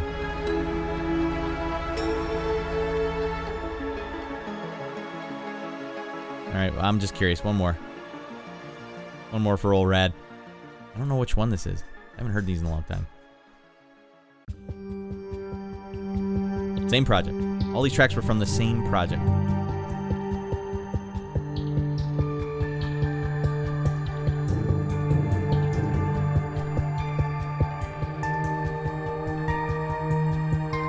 And they wanted Melancholy, which I thought, man, perfect. Let's go.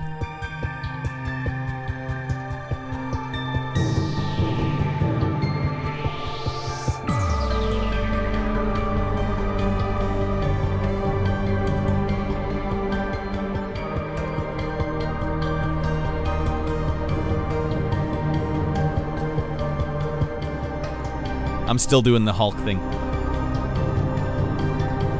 Like the credits, the opening credits to the Hulk movie with Eric Bana have this exact idea.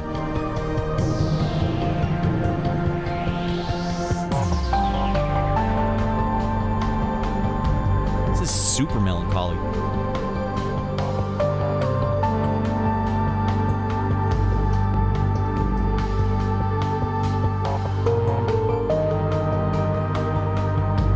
It had too much percussion in it. Get out of here! Huh, like StarCraft. Interesting.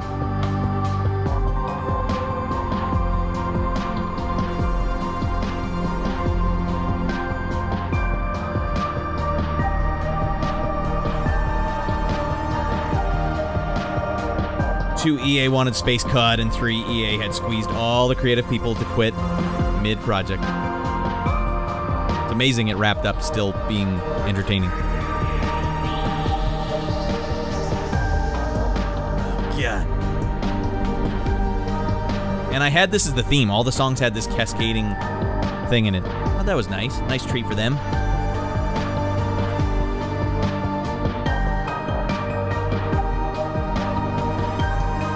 I wish I'd kept all the feedback I had for each track. I mean, I know I could go back on Skype and check it out, but I don't want to do it.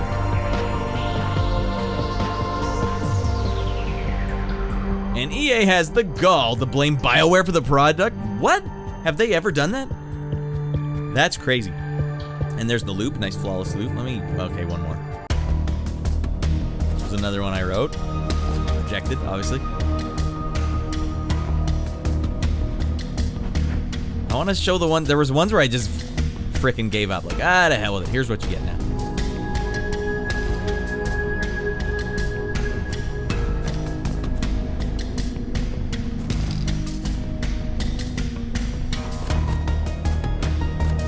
Oh yeah, I can tell this one would have got flatly rejected.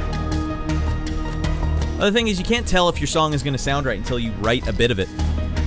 You got to like spend a whole night on it.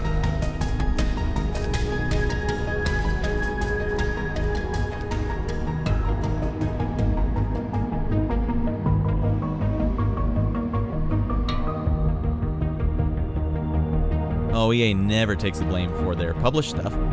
Their own developer, maybe.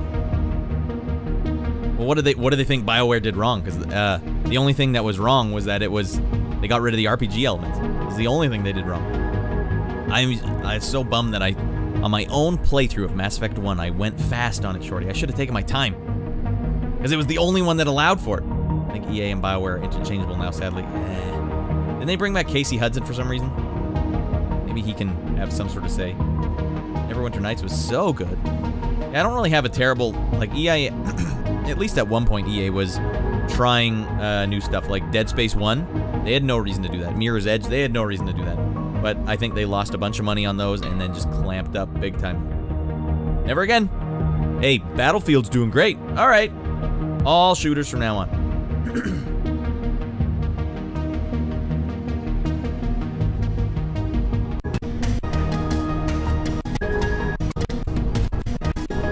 They really did stress that it should not have a theme that like overtakes the game. So I had to.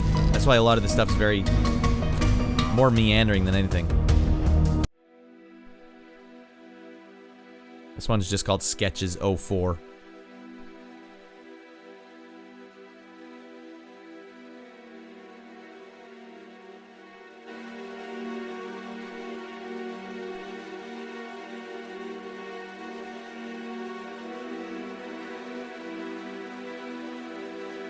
Just to hit him right off the bat with a chromatic median.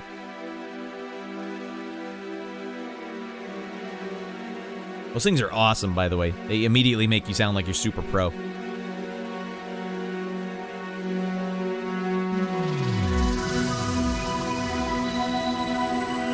Oh, that couldn't have worked any better.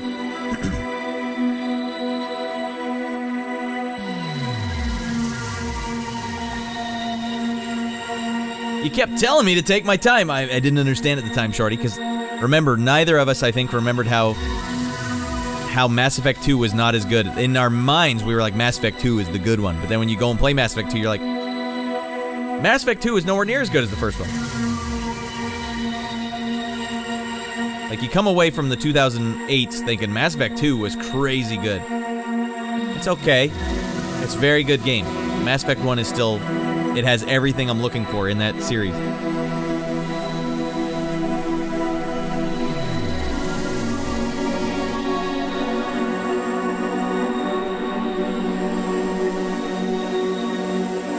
Tied it. No percussion.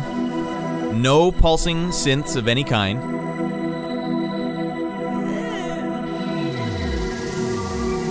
No.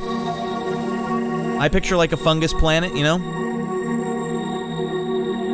Neverwinter Nights 1 is BioWare and Obsidian. Like it should be. I was hyped for Anthem until I played the demo. I don't know if I can play multiplayer games anymore. That's so Call of Duty 4. That was the one about giant creatures, right? Wait, no, maybe I'm wrong. What the hell was Anthem?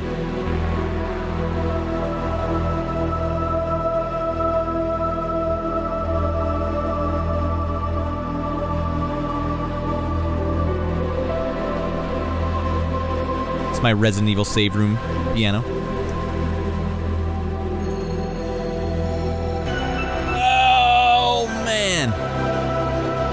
Don't worry, it's gonna be okay. You're gonna get off this planet.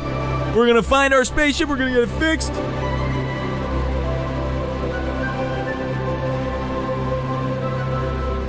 None of these tracks were like officially finished. I would just send them off and they'd be like, another one for the pile.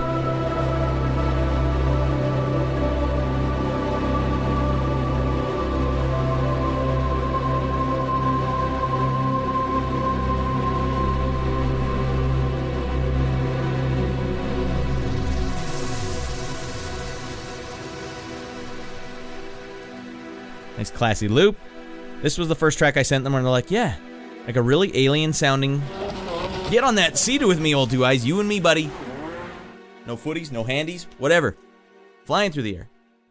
This was the first track they actually, they said, we like this. We want it to sound like this. And so I used a samkodion, which is a, like, Norwegian string instrument, like a really weird old one. And I just down-tuned the hell out of it. Like, as lower than the samples were even supposed to go. Like, yep, that's what we want that, but we don't want this track. Okay.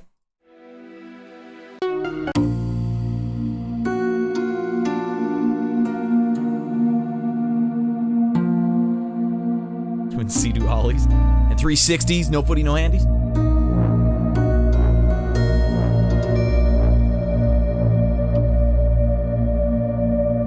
Never let go.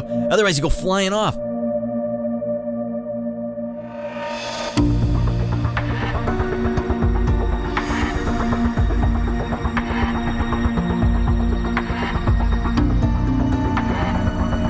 going from being positive and uplifting to like, what? I am stuck on this planet. That's no good. I'm kind of excited about it, but I'm kind of freaking worried that I'm not going to get off. Is that synth bass?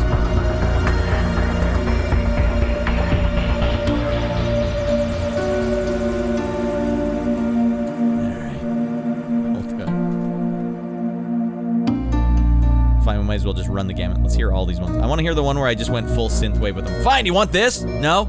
Okay.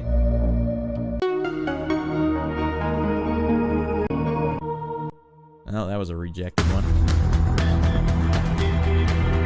Like, this would sound good for a cutscene. Like an aggressive cutscene. Alright, you're right. I sent them this one. No, that's not what we want at all. Well, nothing else was working.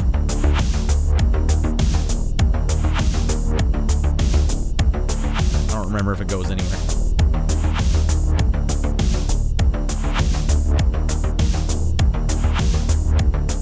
I guess not. Oh, that must not even be the one. Maybe this one? Another good one.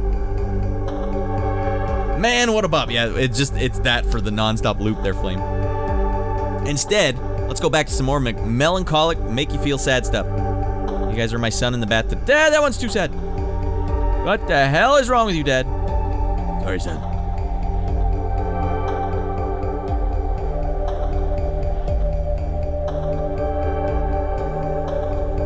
I don't know where the one is that I sent that is just quite obviously not going to get accepted.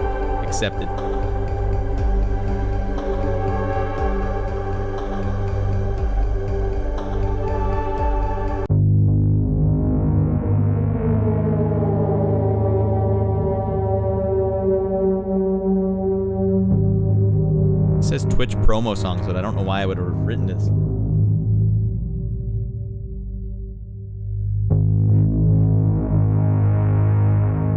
Beyond the Black Rainbow stuff.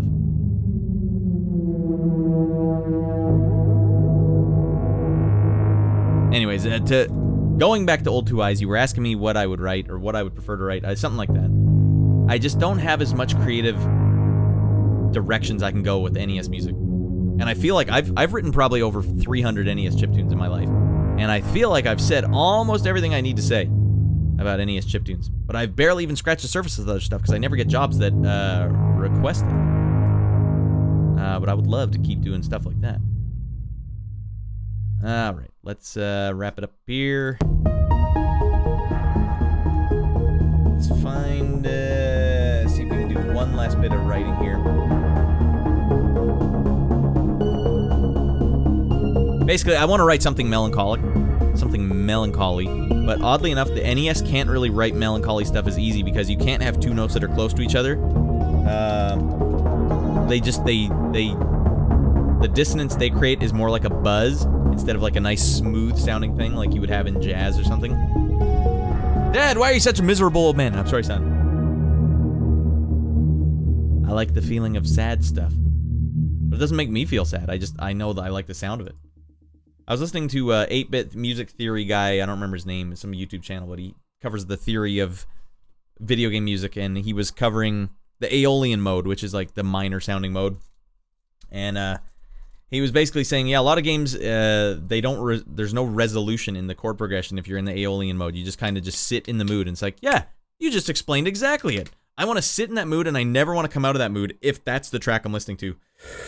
I don't like it when tracks are like, all right, sad part, happy part, sad part, happy part. I kind of want, like, if you can blend them together, that's fine, but it has to be intelligently put together. I don't want, like, a hard start, hard stop. Here's the metal part, and then here's the part where they sing clean, and then here's the part that's hardcore, and then here's the part that's slow. Not in one track, buddy. You darn well better split all those things up and make separate tracks so I can just live in that moment. That's what I want. All right, let's see if we can finish this lead here. So after you guys heard all that other stuff, imagine going back and writing this. I can definitely do like a call and answer with the other square wave here.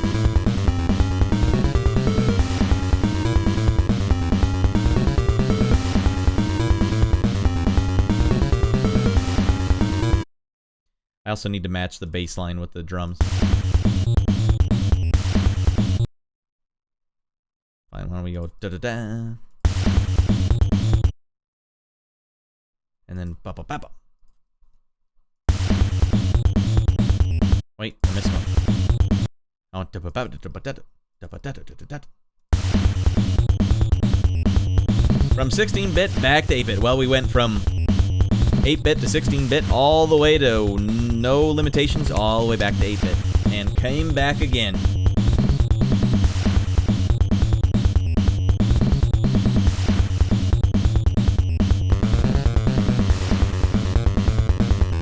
Alright, let's just do these two, because I want the call and answer.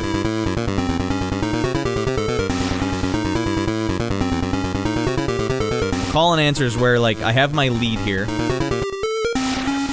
And I want there to be something in this channel that sort of matches it, especially when that note trails off.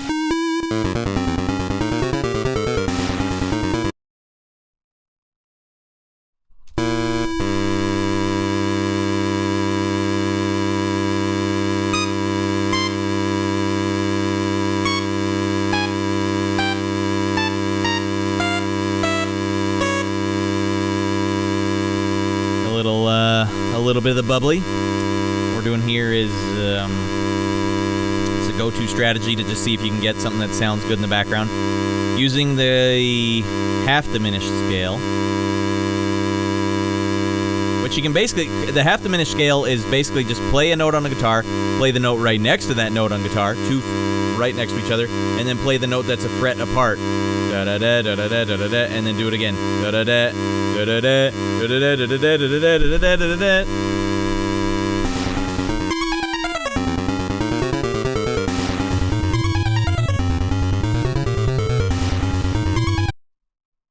Maybe that's too loud or too high pitch. We're gonna have to find out. Or too high pitch. Go even lower.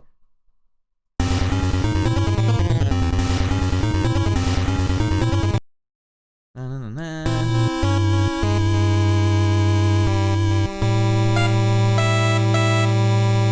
No. You have to make this face when you're hitting these high notes. Although I'm noticing that I'm sharing notes over here, that's never going to sound good. 15, 14.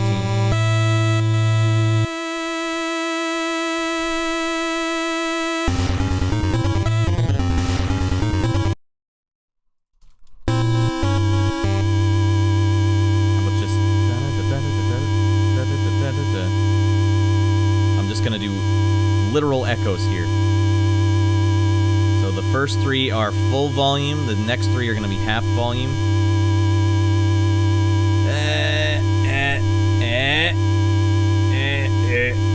And then half that. Boom. That might sound nice and echoey and like it's trailing off, kind of. Yeah. Alright, you guys, I never loved Neverwinter Nights so much. I never even played it before. Neverwinter Nights 2. It's more buggy than 1, but like, maybe I should play Neverwinter Nights 1 EE. You guys and your acronyms. I don't know what the hell you guys are saying. It is Neverwinter Nights, right? Extreme Edition? I haven't played RPG for some time. And RPG in some time. And I miss Baldur's Gate 2. Enhanced Edition, alright. Enhance that edition. Shorty must be dying over there. Well, what are you currently playing, Shorty? If you guys aren't following Shorty, get fricked, first of all. The last thing Shorty played. Retro! And wait, you set up there somewhere, Shorty. You guys still want me to pick... Well, I didn't answer that. I saw it was big, but I'm like, I can't read it all right now. You still want me to pick a game. Bumbling imbeciles. Hold on. You fannies want me to pick a game for the contest. DM me what you guys are picking so that I can scratch them from my list. I don't have time to keep the in the loop come autumn, so I may prep my pick during your summer vacay. I think we should do that, Shorty. I would still love a Shorty pick. Beat Metal Gear Solid last week. Okay, awesome. And how to go down, Shorty? Good as you remember? When was the last time you beat it? I can't remember. When I played through it again, Shorty, I was super surprised. Especially because I've been playing all that N64, which is just sad. Smooth. Smooth. I know how that feels, Shorty. It's the perfect game to rinse your mouth out after you played a bunch of N64 games.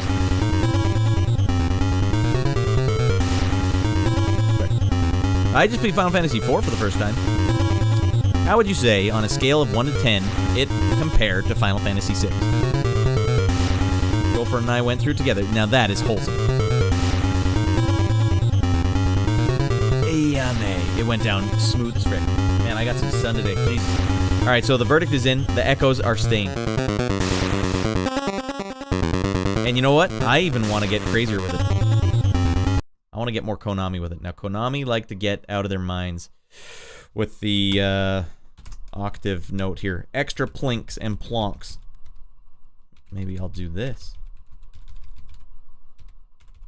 Alright, let's see if that sounds. I kind of like that. That kind of sounds like a Konami fade out. I love 4. My personal favorite. Really? I never played it. I did play like the first hour of it, but I never really played enough of it. Just have a great story or what? It looks exactly like Final Fantasy VI, but just simple. This week I'm beating Monkey Island 2, so I need to pick next week's game.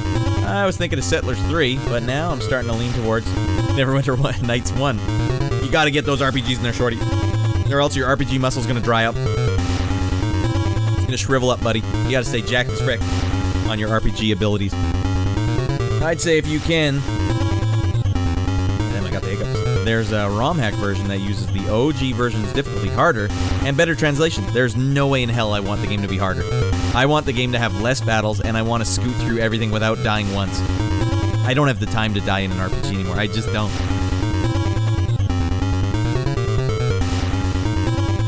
The most I've played of an RPG in a long time is Big Fanny's playing Final Fantasy VII. Oh, ham with the OG! Shriveled RPG muscles does not stand in my house. Son, you will get in there and you will play some RPGs. We're staying fit. Alright, let's bring the drums in and bring it all home. Alright, we need to have the drums match that. Oh, it does kind of. Let's see again.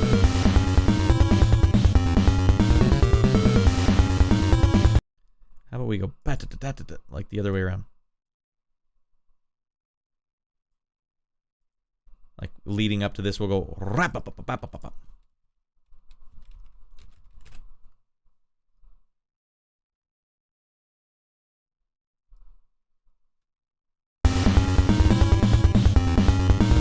Because we're a final boss, goddamn. How about a ba-ta-ta-ta-ta-pa-pa?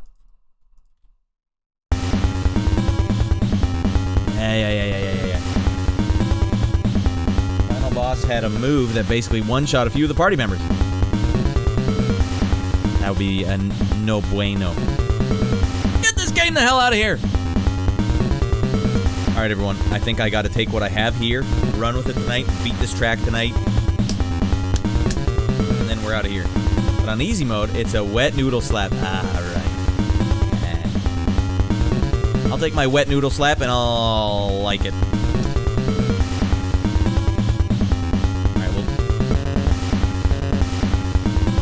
Alright, and now let's pray to the god of skinny punks that it actually loops properly. Wait, you know what I should have done? Not that.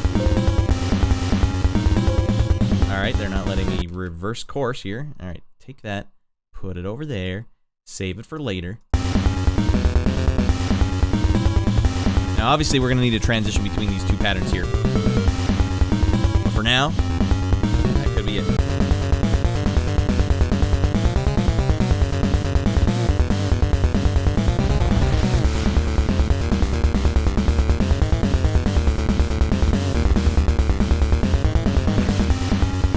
That transition needs work. Let's transition. I need echo notes, but its skeleton is there.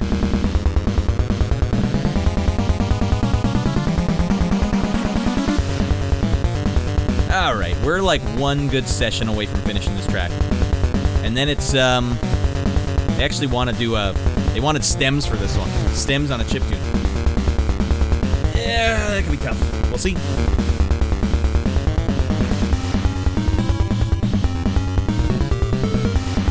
I'll need to change the lead on the second path. That lead can't repeat itself. Doesn't sound right. And I might need to add a second part after it, because going into a lead and then going immediately away from a lead. Back to hard riffs. We need like... this part needs to be about four sections long. So I'll need to write 2 additional patterns here that are different than these 2. And then we go back into riffing our mind up. That's basically it. That's songwriting in a nutshell.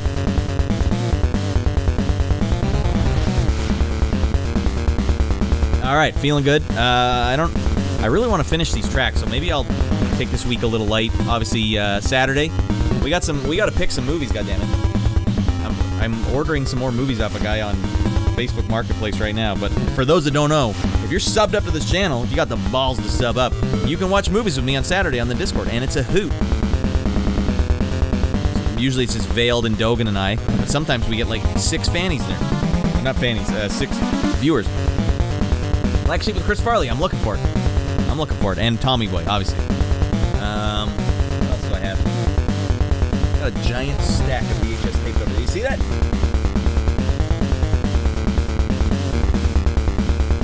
I'll make a list. I don't know. I'll make a list and we'll see. Shorty always scoots in right at the end of the movie. Hey, what's going on? Oh, and then the credits are running.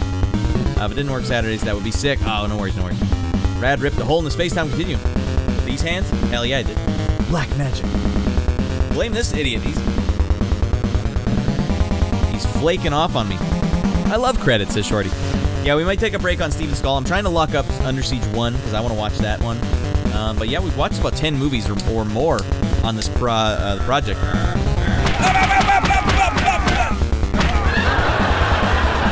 Get him a body bag. He ran very silly in that one too, Shorty Straw. The one on a train.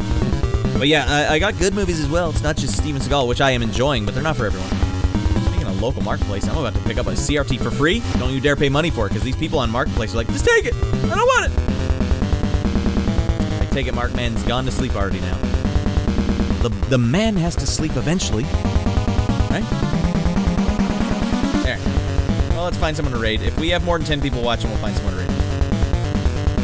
11. You did it, everyone. All right, let's raid someone up. We need double digits or we don't go at all.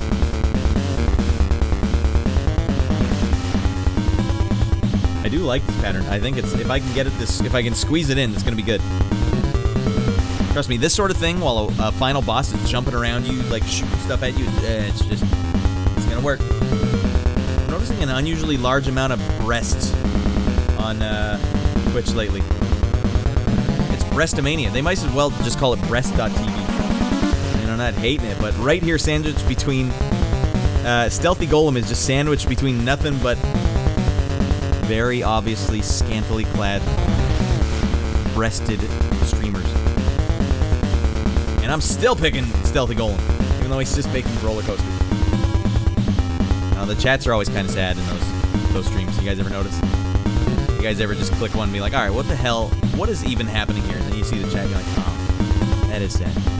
Yonge Street is doing Sega Genesis Fun. We haven't rated up old Yonge Street in a while. And thank you, anyone from the Yaden stream, if you're still watching. Sick as frick, brah!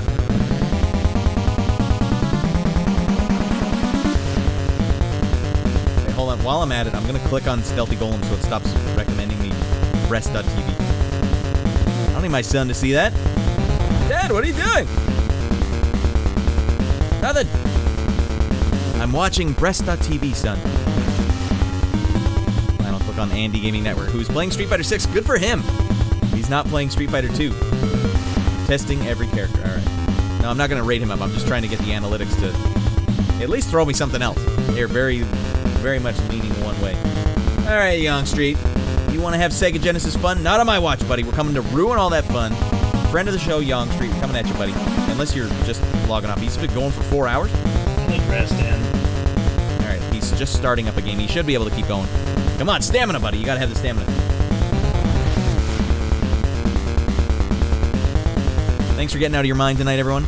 Twitch should just seriously have 18 plus. Yeah, turn it off. And it's not like these streamers would be opposed to that. They'd be like, yeah, obviously. Thanks for coming in, Flame Wheel. Thanks for coming in, everyone. Like a Trinitron Wega, I'm looking for 2 component outputs. I'm getting it pretty cheap. All right, as long as you're getting the good one. Perhaps someday Mark Man will fall asleep. Not today. Not today. All right, hey, we got to remind tonight, as scheduled. Pray for my back. Oh, God, what happened to your back? Oh, for holding the TV. It's a big one, hey? You gotta live with your legs. Come on, you gotta live with your legs. See how the sub count goes down over on Yonge Street? What was that thing I should do over it? It's Wayo or Whale? What's the one I should do over on Yonge Street? Because I can't do Rad anymore. He can't do Tino anymore. He got rid of Tino. Mahir. All right, what does Mahir do? Well, we're gonna find out. It's probably inappropriate. You been good this year? Swear to it. Have you been good this year? Swear to it. I haven't done that in a while, actually. I was way in on that old man. Damn it. I might just have to get some more Souls games in there. I'm liking Death Stranding. I'm liking all the games I'm playing right now, but god damn it. I just go on autopilot mode on those games. It feels good. But obviously, we're going to beat Splinter Cell. We got over the hump, everyone. We're beating the game, no problem. Got over the goddamn hump. All right. Watch out, 18 plus. There's going to be pee-pees and wee-wees over there. You know what? Not like my Norman Reedus urine simulator. 11 millimeters of urine. And with that, everyone, get the hell out of here.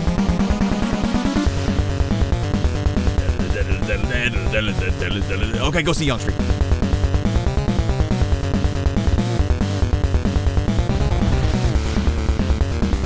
Hey! You guys thought that I was just going to leave you hanging? Dangling out there like that? Not on your goddamn life. Hey. Thanks for watching in the archive, everyone. We had fun tonight. A little random. That's how you make chiptunes. That's how you deal with rejection. You just write really melancholic track. All right, I got to go see Yonge Street. Bye, everybody. Hey!